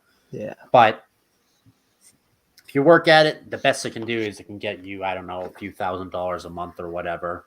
But for most people, I think it definitely is just a hobby and something they like to do in their free time. And just, you know, it sometimes can just be fun and nice and relaxing to stream to people because, you know, you're not like playing video games alone in a sense. Like you at least have an audience that you can interact with and hang out with. So I would say for definitely most people, it's a hobby. But if they work at it, the best it could become is a side hustle. Definitely. I don't think it's very rare. A very minute amount of people I feel like on YouTube can really make it where like it's their main source of income. Yeah. But it's a big jump. Definitely. Yeah, definitely the top 1% are the ones that make it their jobs. What's your favorite song, Sean? I got a question here. Mm. Praise the Lord by Let me see if it's right. Praise the Lord. Praise the Lord. Praise by the Lord. A$AP Yeah, Rocky. right. Of all time, or if it's right now, if it's all time, then it's probably Fireside by A$AP Rocky. And then right now, it's between three. That new Ray Shremmerd song, Finger Food, is good. And then Too Many Nights by Don Toliver on Metro's album. And then The Color Violet by Tory Lanez. Ooh, that song's fire. But Tory Lanez, that song Freaky, right? Yeah. You got it. Got it, Davey. Ray Shremmerd, is that Black Beatles, the mannequin Yeah. song? Yeah. Me and Sean went to one half of the Ray Shremmerd's concert one time. That was crazy. It was in the gym. Nah, that was dude. Gymnasia. I heard he made $100K off that show. No, I heard, and it was like probably like less than 100 people there. It was less than 100 people, and they charged $10 a ticket. Yeah, they lost so much money if they. No, that was a good concert though. He's like, I didn't realize how much songs like I like that Sway Lee's in. Dude, every one of the songs, he was going crazy. He literally had endless songs. Yeah. It felt like a fever dream, though, to be honest. Being that close to him, like and like looking around, feeling like I was in like a lower school gym, just watching Sway Lee. Yeah, no, it was nuts. Yeah, dude. And then you would do like the little text on like Snapchat and go like that. We're trying to get him to play the song with Pop Smoke that he's got, Creature. Yeah. And he looked at it, he gave us a thumbs up. He's cool. Smoke Perp. I remember this. I pulled up the TikTok that you guys are in. It's hard, obviously you can't see He's been dropping lately, but oh man, just that was tough as like a fan. And like a fan who supported him through like all his cringe and stuff. But honestly, once he got beat up by Ross's like bodyguards, like this man's fell off. And that was like, I don't know. I'd say he felt he started falling off. I feel like this is what happened. As soon as he was like supposed to be on Cactus Jack, and then like it came out that he wasn't going to be on Cactus Jack. I feel like it went downhill. Then he had the song Nephew with Lil Pump. And then like he had like that song with Kanye on SoundCloud. Then after that, it just... with Smoke Perp, I think his like whole Cactus Jack thing was like a 1 album deal. Really? I've seen some of the stuff. He's commented back on people who've asked like about it, and he said it was just like it's still like respect, but I don't know. I feel like he had a lot of potential. I still think he does. He just doesn't apply himself. but he has any more potential. I mean, yeah, I feel like it's like he's in a tough spot now, but I feel like he can make like good music. It's just that he like really doesn't care and he doesn't like apply himself. But like, I don't know if Travis like saw that in him, that he just like his work ethic was just like bad, and like, you know, he wasn't gonna continue making like good music, and he was just gonna be like kind of like, you know, stuck in like the 2017 wave of like mumble rapping and stuff. But I personally think that he can still continue to make good music, but I don't think he'll be like mainstream ever again, or with like the popular, you know, like vote there. But I mean, I like him, but after that concert, it's tough to support him. I hate to say it. Yeah, that concert really just, I don't think I've listened. Every time I hear Smoke Perf's voice, I skip a song. I'll be honest. Ever since that concert, I've just, it's a bad taste in my mouth, in my ears. Who did you guys go to that concert with? I noticed you two in the clip, but there's someone in the middle. Oh, yeah, my two roommates, Sam and Anthony. Oh, that's right. Okay, I recognize Sam. That's funny. Wait, someone, we're in a clip? Yeah, I think I sent this to you back in April. So it's a while ago on TikTok, but someone made a TikTok of going to that concert as well. And in the first clip, Sean, that was right next to us. Yes, Sean with his white hoodie on, Carter with the red long sleeve T-shirt on, or pullover on, and then that's Sam in the middle, I think. Yeah, I posted a video of my own too. I did 2 videos, and I will say on my Shorts channel, they're 2 of my most popular videos. Oh wow! In the second clip, there's an even better angle of you guys where the person's filming from behind, and I can see all 4 of you guys and Ant and Sean. No, that TikTok blew up, and I remember standing next to that kid. Yeah, that's funny. Yeah, that was the worst concert I've ever been to, no doubt. I had high hopes. Yeah, same. Yeah, David, what do you like to do in your free time? I sometimes sit there and wonder, what is David up to right now? Facts. Really? Yeah. Well, you can always reach out to me I'm not going to say my number. Sponge 411. Yes, formerly Sponge 411. We're still keeping the Sponge persona somewhat, but in depth with David for almost over 2 years now. Holy cow. That was like May 2020. But in my free time, just watch sports, read a lot of articles about sports, surf Reddit about sports, and I'm wearing a sports shirt. I have a Red Sox blanket on my bed. So if you didn't get the gist, I'm a big fan of reading. Yeah. Big sports guy. Nah, sports. Big sports fan. Love watching sports. Love talking about sports. I run the Twitter account for the Celtics where I cover the Celtics on there. And if it's not sports, I do like reality TV. I'm a huge fan of Big Brother and Survivor. I am going to be, right after this is over, I'm going to be watching the Survivor finale tonight. So I'll figure out who wins. Spicy. And, then I just like going for long walks by the beach. No, I'm just kidding. Toes in the sand. I like just trying out new restaurants and going for hikes and stuff like that. I felt like that was like an answer, like I was on a date or something. Nice Tinder bio. Yeah, like updating my Bumble profile. Which make sure you swipe right on your boy. Swipe up to get iced up. Remember that Supreme Patty? Oh my god. No, just kidding. I do not engage with me on Bumble. I am I'm not on Bumble. I am. Free shout out. I'm not on Bumble. We're not sponsored by Bumble. For my mental health, it's better just to be off that. Yeah. Casting. Hey. Zaleo. Oh yeah, it's Leo. He's a room tour another time. Better. For real. Say that again? You see that comment? Sean, let's get a room tour. Looks fire. Oh, shout out to Ma. Sean, let's see it. His room is fire. Oh shit. All right. Well, right here, got a Rolling Loud flag. It's so loud, my ears. That's right. Davy Jones is Rolling Loud right next to me. If you know what that means. Is that drugs? That's like a Heath Ledger, like Joker kind of little tapestry thing. Hitting the bong. And then a couple other posters and stuff like that, and then some posters down there. Got another LED lights. Yeah, LED lights. Got a person right over there in the cribbo. and then some more tapestries and stuff. And then if you go down my stairs, I got like jerseys and stuff like Ooh, that. you got the light on the railings now. Yeah, Okay. right on the railings. All like some of the jerseys I wore in like whatever it's called, sports and stuff growing up. Got some hats and crap There we like go. that. I'm not good with this computer.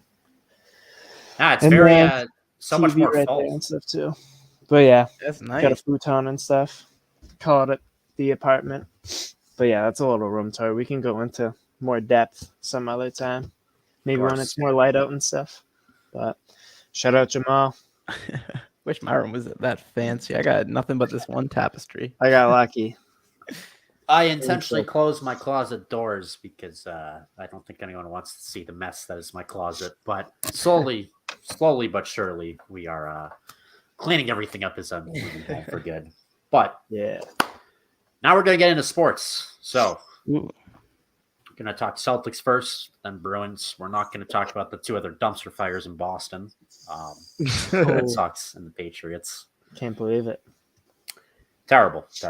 Not terrible, but the Celtics and the Bruins are like the favorite child in Boston right now. They both have the best records in their respective leagues. Celtics are sitting at 22-7. They had a great win last night. Wrapped up a long trip, and they were out west, and they beat the Los Angeles Lakers in overtime, 122-118. Jason Tatum had 44 points last night.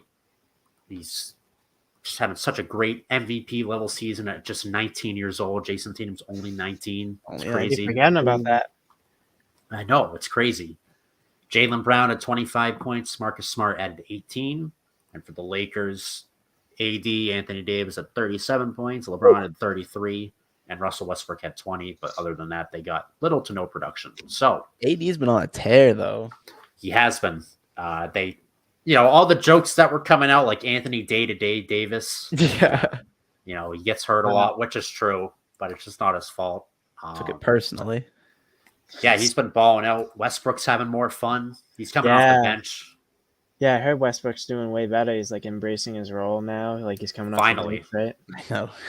It took forever. I mean, last year he didn't want to be a bench player at all, but now it might honestly be for the better, even though, I'm sorry. I don't think Patrick Beverley should be a starter in this league, but it's working for the Lakers. It's so funny. Westbrook coming off the bench. It's also so funny that Westbrook and Beverley are on the same team, even though they hated each other for years. Facts, yeah. But enough about them. Celtics doing great. First in the league.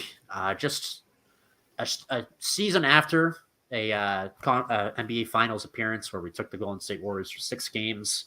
Everyone thought maybe we'd suffer from a finals hangover.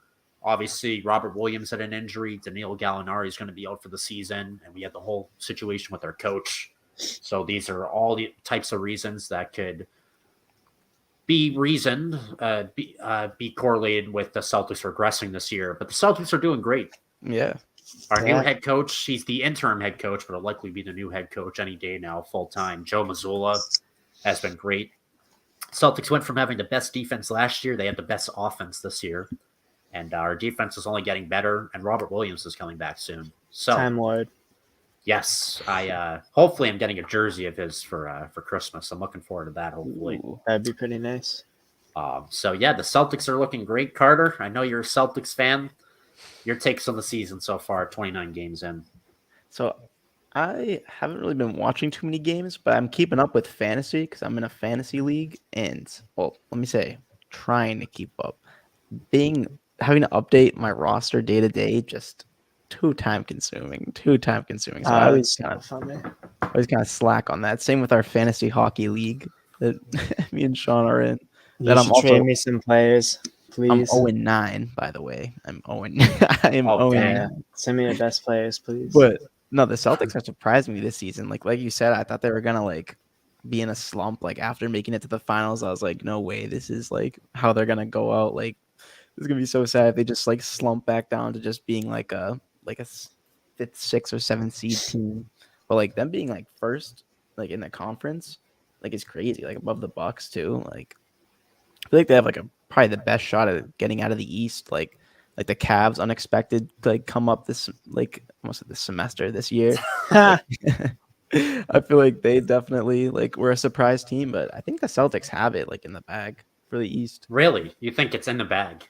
Yeah. I'm more nervous of that. I think we're looking at another Eastern Conference Finals matchup of Tatum and versus Giannis and the Celtics versus the Bucks. Like, I think this is going to be the rivalry in the East for years to come. Celtics Bucks. Mhm. And the Cavs scare me too because they've already beat us twice this year, and Donovan Mitchell has been great for them. Do the Nets scare you? They always scare me because of KD and Kyrie, but outside of that, it's kind of a similar situation to the Lakers where you have two of the best players in the league or in the world, but other than that, it's just like the depth is struggling. So it's like, how far can you go with just two guys? But Yeah. they do scare the heck out of me. It's Kevin Durant, Kyrie Irving. So never underestimate the Nets. Never really underestimate anyone. But, Jason Tatum, like I had the stats pulled up right now. Jason Tatum is definitely the MVP favorite right now. He's averaging 30 points a game, 8 rebounds a game. Marcus Smart's playing some of the best basketball of his career. He's been on a tear since this past January, guys. I mean, he stopped taking all these he still kind of does it, but he started passing the ball more, not taking as many dumb threes, and his efficiency has just gone up tremendously. And that's just what happens. Shout out Jamal. See you, Jamal. Yeah, take it easy. Take it easy, Jamal. Thank you for watching. We appreciate it. Jamal. And thank you to Johan, too. Johan. Thanks. Yeah, it's just Smart's been playing a lot better, too, ever since we determined he's the franchise point guard. Malcolm Brogdon, this guy we picked up in the offseason, could be the sixth man of the year right now. He's averaging 14 off the bench, which is crazy.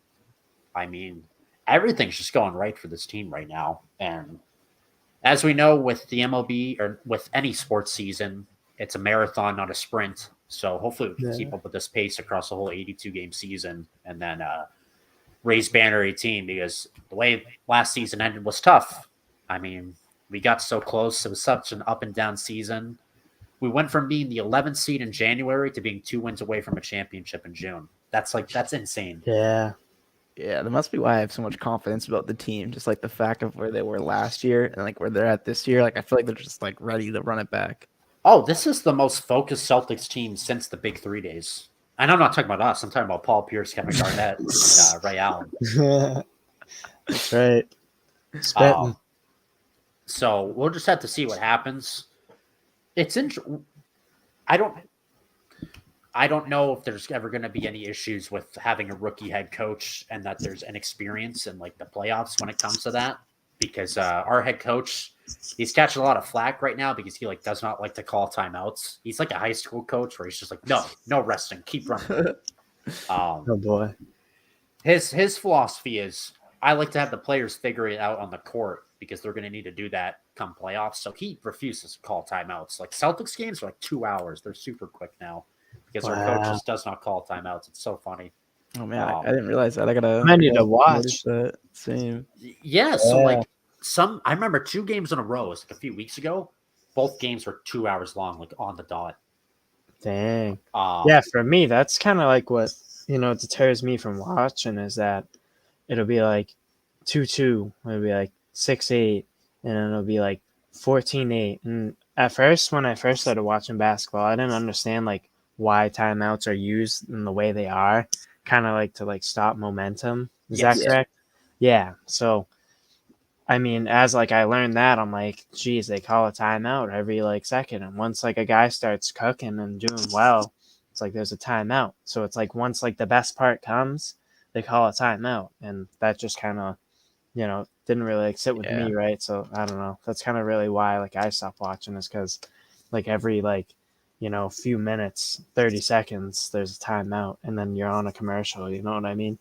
Yeah, same with the refs too this season. I feel like the refs have been just like this season especially have just been terrible. Like all these terrible calls. Oh yeah, the Celtics coach in a game against the Bulls over a month ago, he got thrown out for nothing. Like he was just asking politely, like why this call was like this, and like, the ref's just like, "You're out of here," and he's like, "I didn't swear." Yeah. What the heck? Yeah. Since they have like such a big like power dynamic, like the refs can literally just end a game at any point that they want. Like if they are not liking what a player says, they can just be like, "All right, the game's over." Like, what was that? The much 2003 playoffs with like Oh, the Mike Kings Korzemba and video? the Lakers, and then what was it? It was Kings. the Kings, yeah, Kings, Lakers, yeah, and it was like scammed or whatever. yeah, like the refs were betting Yeah. on it. I think. Yeah. Well, one ref got involved. I think it was from that series. His name was Tim Donaghy. He got involved with Oh, the yeah. mafia, Yeah. and Yeah. like the mafia told him like you're gonna rig these games or else Ooh. bad things are gonna happen. Wait, listen to this. I was on TikTok scrolling, and I was listening to this hot take, and it was like a conspiracy theory, but Mhm. need your thoughts from both of you. So like Michael Jordan, they're talking about how he like retired for like a year and a half or whatever. I don't know the time frame. I know what this is, but yeah, keep Yeah, going. yeah. Apparently, like he retired because like when his dad got killed, like his dad was like in with the mafia or something like that, and then Jordan had like a terrible like gambling addiction or something like that, and then it turned out to be that Jordan actually was suspended for like that time he took his retirement, Oh, and he like actually wasn't, he didn't lose the love for like the game that like many people thought. It's just that he was like quietly suspended because of his like involvement with like gambling, and the reason why he was gambling was because like his relation with like the mafia and stuff like that, and he was like losing like a ton of money against them or something like that. So I just saw that the other day, and some guy like he's like, yeah, like this is my take on it. He's like, I think that he owed like them money and he was gambling a lot and he was gambling on the games, and that's why he got banned. But since it's Michael Jordan, like the best player that ever played, some people say, some people have other opinions, but that's why he stopped playing for like those couple of years, because he still had it when he came back. You know what I mean? Like he could still play and be a force out there. I didn't watch, but I know it's him. None of us watched, Yeah. but for the record, yeah. Yeah. But yeah, what's your thoughts? that makes sense. I mean, I wouldn't maybe not make sense, but like that's like a good theory. Like, I mean, why would you leave like at the like pinnacle of your career just like because you lost love for the game? Like, Bless doesn't you. really make much sense to me. And he just three-peated too. Like that was coming off a three-peat. So like, why are you retiring after three-peat? And he left for a season and a half, and then he three-peated again. Yeah. Wait, did he play baseball during that year and a half? That's what I was gonna get at. So I think during his first retirement, he went to go play baseball right after that one. Yeah. No, wasn't he like pretty trash? Yeah. So the opening scene of Space Jam is like kind of poking fun at how terrible he was at baseball. Oh, really? The catcher in Space Jam is like telling him like it's gonna be a fastball up high, like don't swing. And he's like, man, I'm not listening to you. And he just swings and misses. And he's like, the catcher's like, I'm gonna tell you again, don't swing. And he keeps swinging. So probably symbolism for how terrible he was at baseball. But I think he was bad. But that makes me think, like, do you think the NBA commissioner would like contact the MLB and say, like, look, like Jordan's in some trouble. You shouldn't sign him? I don't know. Maybe like in today's world where everything is like pretty much connected, it feels like when one company does something, everyone kind of follows like the same kind of rule. So I feel like back then it was definitely like pretty under wraps. Like they didn't want because at the time I would assume he was the face of the league as well. They probably didn't want their whole poster boy, their league being like looked at as like corrupt or like, like just I don't know. Like I feel like if like let's say they were to suspend LeBron today for 2 years, like I feel like that would just be like covered everywhere. Like everybody would be talking about the NBA. Like it would just destroy like their reputation. Everyone will be parading outside the NBA headquarters saying "Free LeBron, free LeBron." Yeah. So I feel like they'd probably do the same thing with Michael Jordan. It was the most Boston conversation I've ever heard last year when I went to the last Celtics game I've been to was Celtics Spurs last season. Jaylen Brown missed a layup to go to overtime. It was a crazy game. But the most Boston conversation I've ever heard was on the train getting to TD Garden, where these two conductors were talking about some guy in the MBTA, like winning an Employee of the Month award. And they're like, this guy's gotten the award like 10 times in the last 12 months. It's like going up against Jordan to get an MVP in the 90s. You're not going to win. Classic. And I'm like, Chowder. Clam chowder. It's just like the most Boston conversation I've ever heard. But speaking of Boston, the Celtics, I think this is the most focused they've looked. Tatum actually cut fried foods out of his diet after the finals, and he got bigger over the summer. Like he wants that ring for him and Deuce. Yeah, he needs to show up this year, that's for sure, because I feel like he was lacking a little bit in the finals. I don't know if he was nervous or something or if he was hurt, but he wasn't looking himself. Even I know that.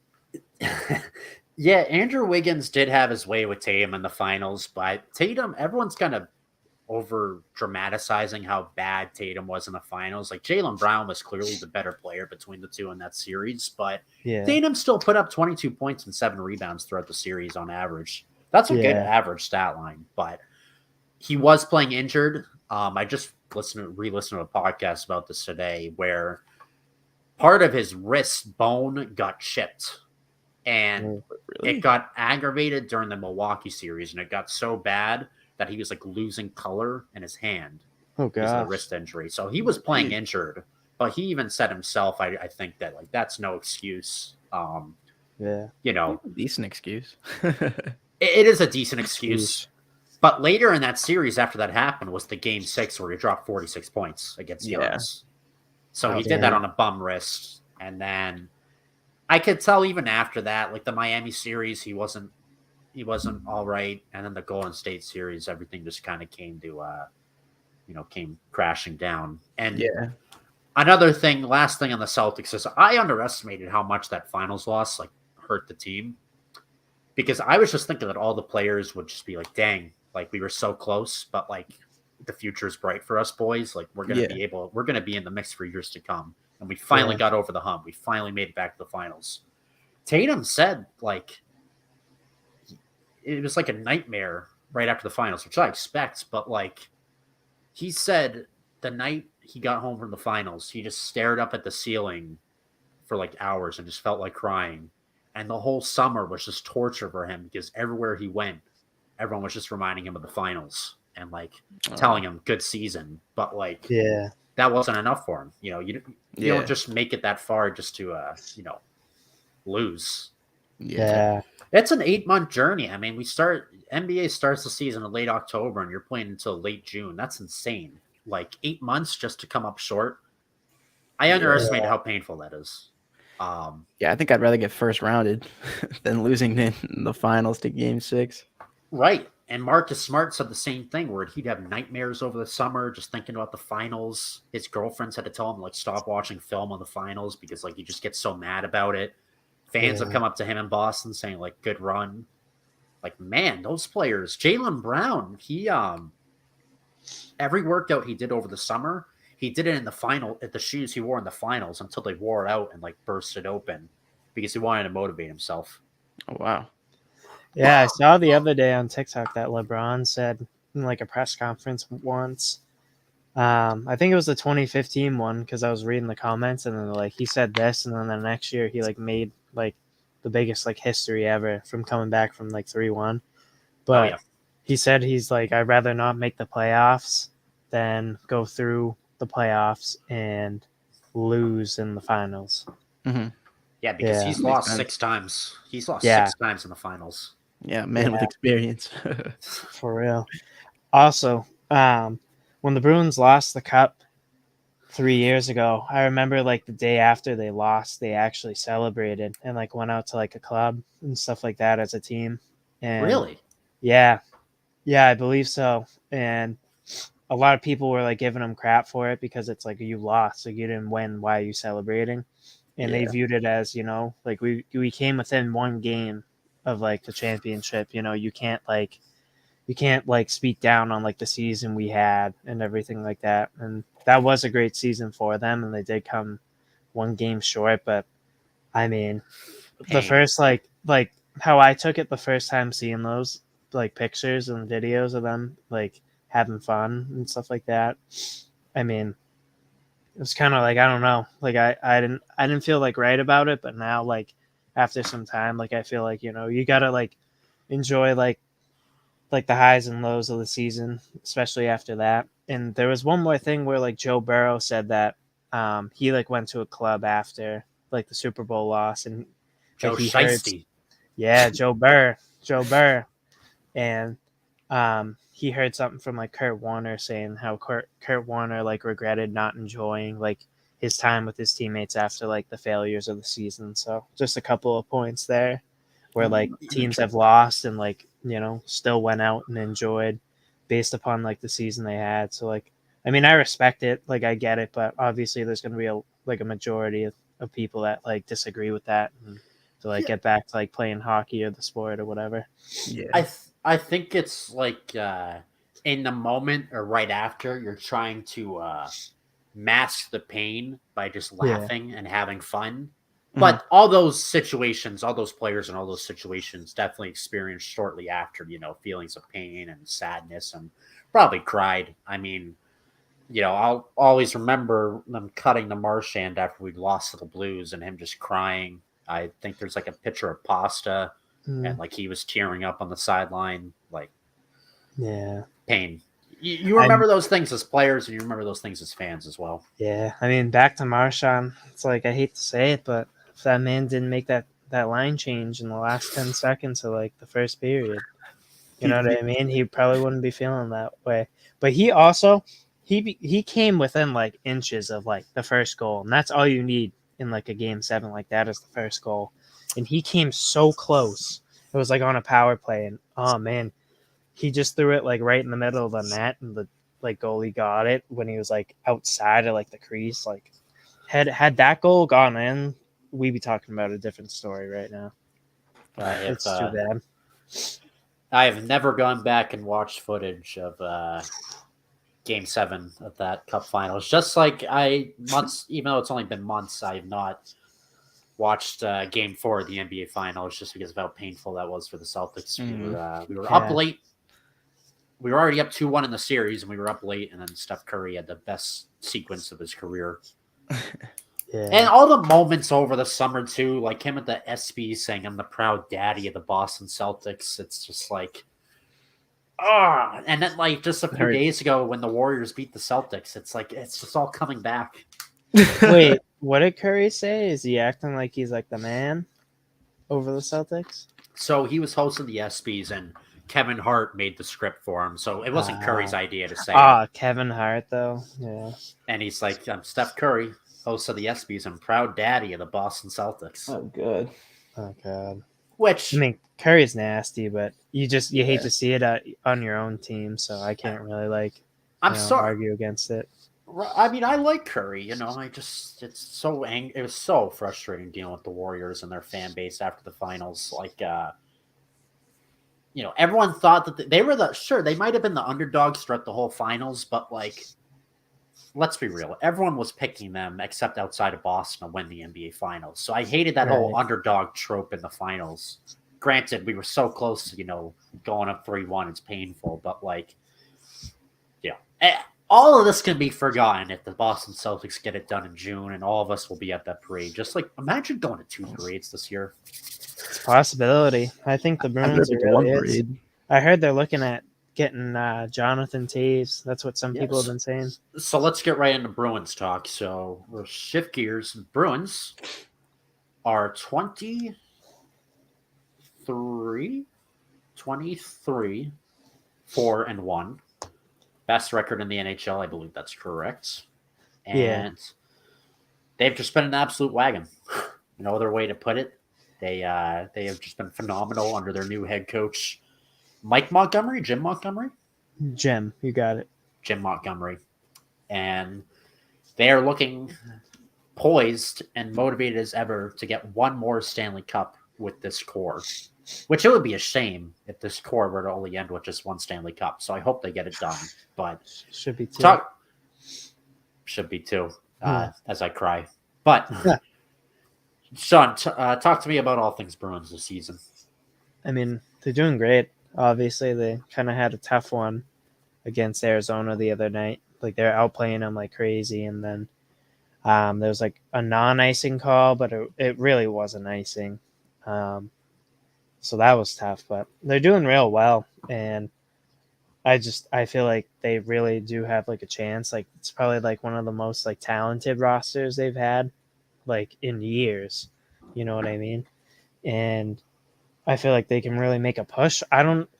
What's going to be tough is that if they come down to the trade deadline here and they're still doing well and everything's clicking, it's like, do you even bother making a trade at the trade deadline? Like, what if you make the trade and it ruins like the chemistry or something like that? You know what I mean? Right. And I feel like they're not going to get a big player like at the deadline. Like, I just don't think so.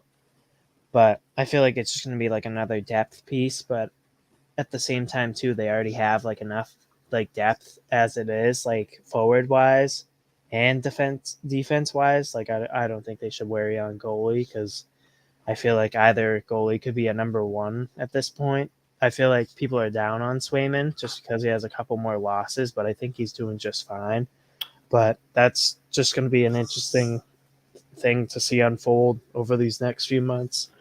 Well, I was going to ask you about that with Swayman because I've been seeing on Bruins Twitter a lot of people saying that something wrong with him. He's not as dominant as he was his first 2 years in the league. So you're not buying into all that. You are fully on the Swayman train as well.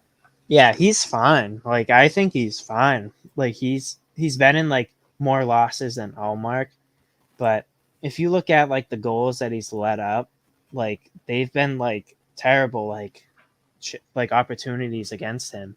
Like there's been like 2-on-1s, like breakaways, all this stuff, and I think he's playing fine. I just think that a couple miscues and there they are. It's like 2-1 other team, but I think he's been fine this year. Like I'm not gonna say that he's like great this and that. Like Olmark's playing awesome, but I don't think Swayman should be like talked down upon. I think he's doing just fine. So, do you think that the Bruins have what it takes to win the Stanley Cup this year? I think they do. I think it's just going to come down to like line combinations, especially with like McAvoy's come back, and now you've kind of seen like Lindholm kind of like slow down a little bit. But I feel like they can't have like a Lindholm Carlo second line. I feel like they should have Grizzlick McAvoy as the first line, and then have Lindholm with Clifton, and then possibly Forbert with Carlo. But those are like two stay-at-home defensemen who are like kind of bigger and like a little slower. So I don't know how you like really play that. But Clifton and Lindholm did very well with each other, and obviously Grizzlick and McAvoy do very well. But I think it's just going to come down to the line combinations. But as of right now, they're doing great. But I hate to say it, but I'd like to see them like lose a couple, and like you got to go through like that adversity, you know what I mean, during the season in order to like do well in the future. But they've been doing great. Like they seriously could have won like every one of these games so far. And I forgot what I was going to say. But if the Bruins, I'll say this: if the Bruins win the championship, will you cry? I'll cry. Yeah, I would probably shed a tear. I'd shed a tear for real. That's a real thing right there, dude. Like if they won 3 years ago, that would have been nuts. But hockey's such a hard sport and such a dedicated like sport. Like you block a shot and it's so normal, but like you go home that night and you're hurting big time. You go right back to it the next day. And the Bruins have some of like the most like well respected like hockey players and people, and like I just feel like they're very deserving of it. They're very like they'll like they deserve to like earn it. You know what I mean? Yeah. Okay, now I remember what I was going to say. The great thing about this Bruins team, someone like me who's just more of a casual fan, but I'm getting into it a lot more this year because of how good the team is. But something I've noticed with this team in comparison to years past is the depth, where lines 1 through 4 are all capable of scoring every night versus just last few years, we've had the best first line in hockey, but there hasn't been much else to show for it outside that line. Yeah, exactly. And that's like been the issue for years. And that's the thing is that it's just like what could have been had like the Bruins management like hooked it up in years past. You know what I mean? Like you had two crazy, centermen, in Bergeron and Krejci, but yet, poor Krejci had a revolving door of wingers for like 6 years. You know what I mean? And you never heard him say anything, which is, it speaks about like himself and who he is as a person. Here he is getting like lined up with guys who like haven't played in the NHL in like 5 years, like during that time, and he's never saying anything, never whined or anything, just kept trying to grind. But it's kind of like a what could have been, scenario. Whereas if they really like put the time and effort to, put these players like together with even better players, then they could have probably won a lot more championships. Hate to say it. So, Carter, would you cry if the Celtics won the championship? Only if you were there. If you were there, I would cry. Only if David was there to hold them. I almost went to a finals game. I was considering it. I was seriously considering going to a final. I feel like we talked about this on the radio when we did that show. But look, I was like, it's the NBA finals. You don't know how many times you're going to get here. It's $1,000, but I don't care. $1,000 to sit on the balcony. Yeah, crazy, man. Sheesh. But if they, sorry, you go. Oh no, never mind. You keep going. This is off topic. I'll just hear for after. No, I was going to say I definitely would have cried if we won it last year, just because of how crazy that season was, going from the 11th seed in January to winning the title in June. Like that's like an insane story. Like that's like movie it's like type St. stuff. Louis Blues 2019 story, basically. Hate to say it. That was a low blow. Pain, just pain. Oh, dang it.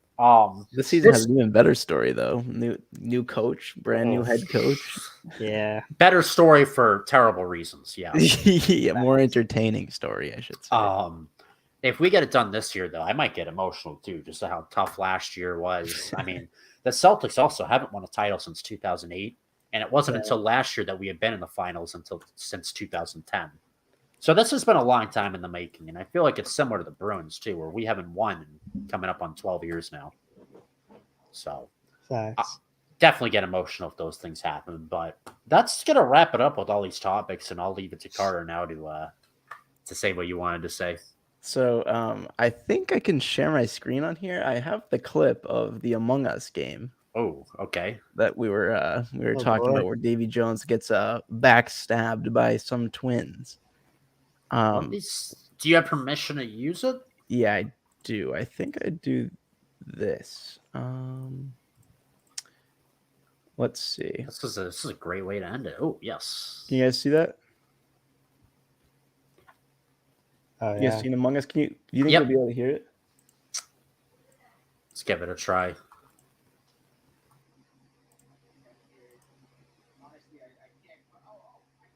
Can you hear that? It's really low. I would, if you could raise the volume a little bit. Yeah.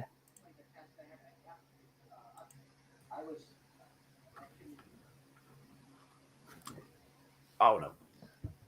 That's kind of a bit of an airtight alcohol. Get used. Just get it. No. Honestly, I can't. I just have to upload, and then I had to move over to the room.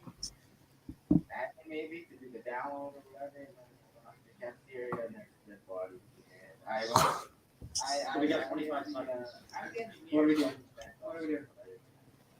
Yeah, but it's fine. So this is Davey. What did you do? You got 17 seconds to get it.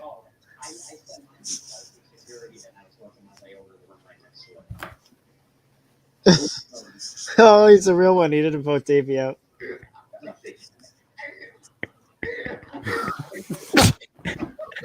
Poor guy. Make sure to send that to me, definitely. Yeah. Because I can't hear, but I want to. Bye, Johan. Yeah, we'll see you, Johan. That was great. Good luck at college. Oops. No, definitely send that to me. I want to hear that again. That was great. I'll definitely send that to you. Yeah, I gotta email that to you. That was funny. Well, that's the perfect way to end this. Unless you guys have anything else you want to say.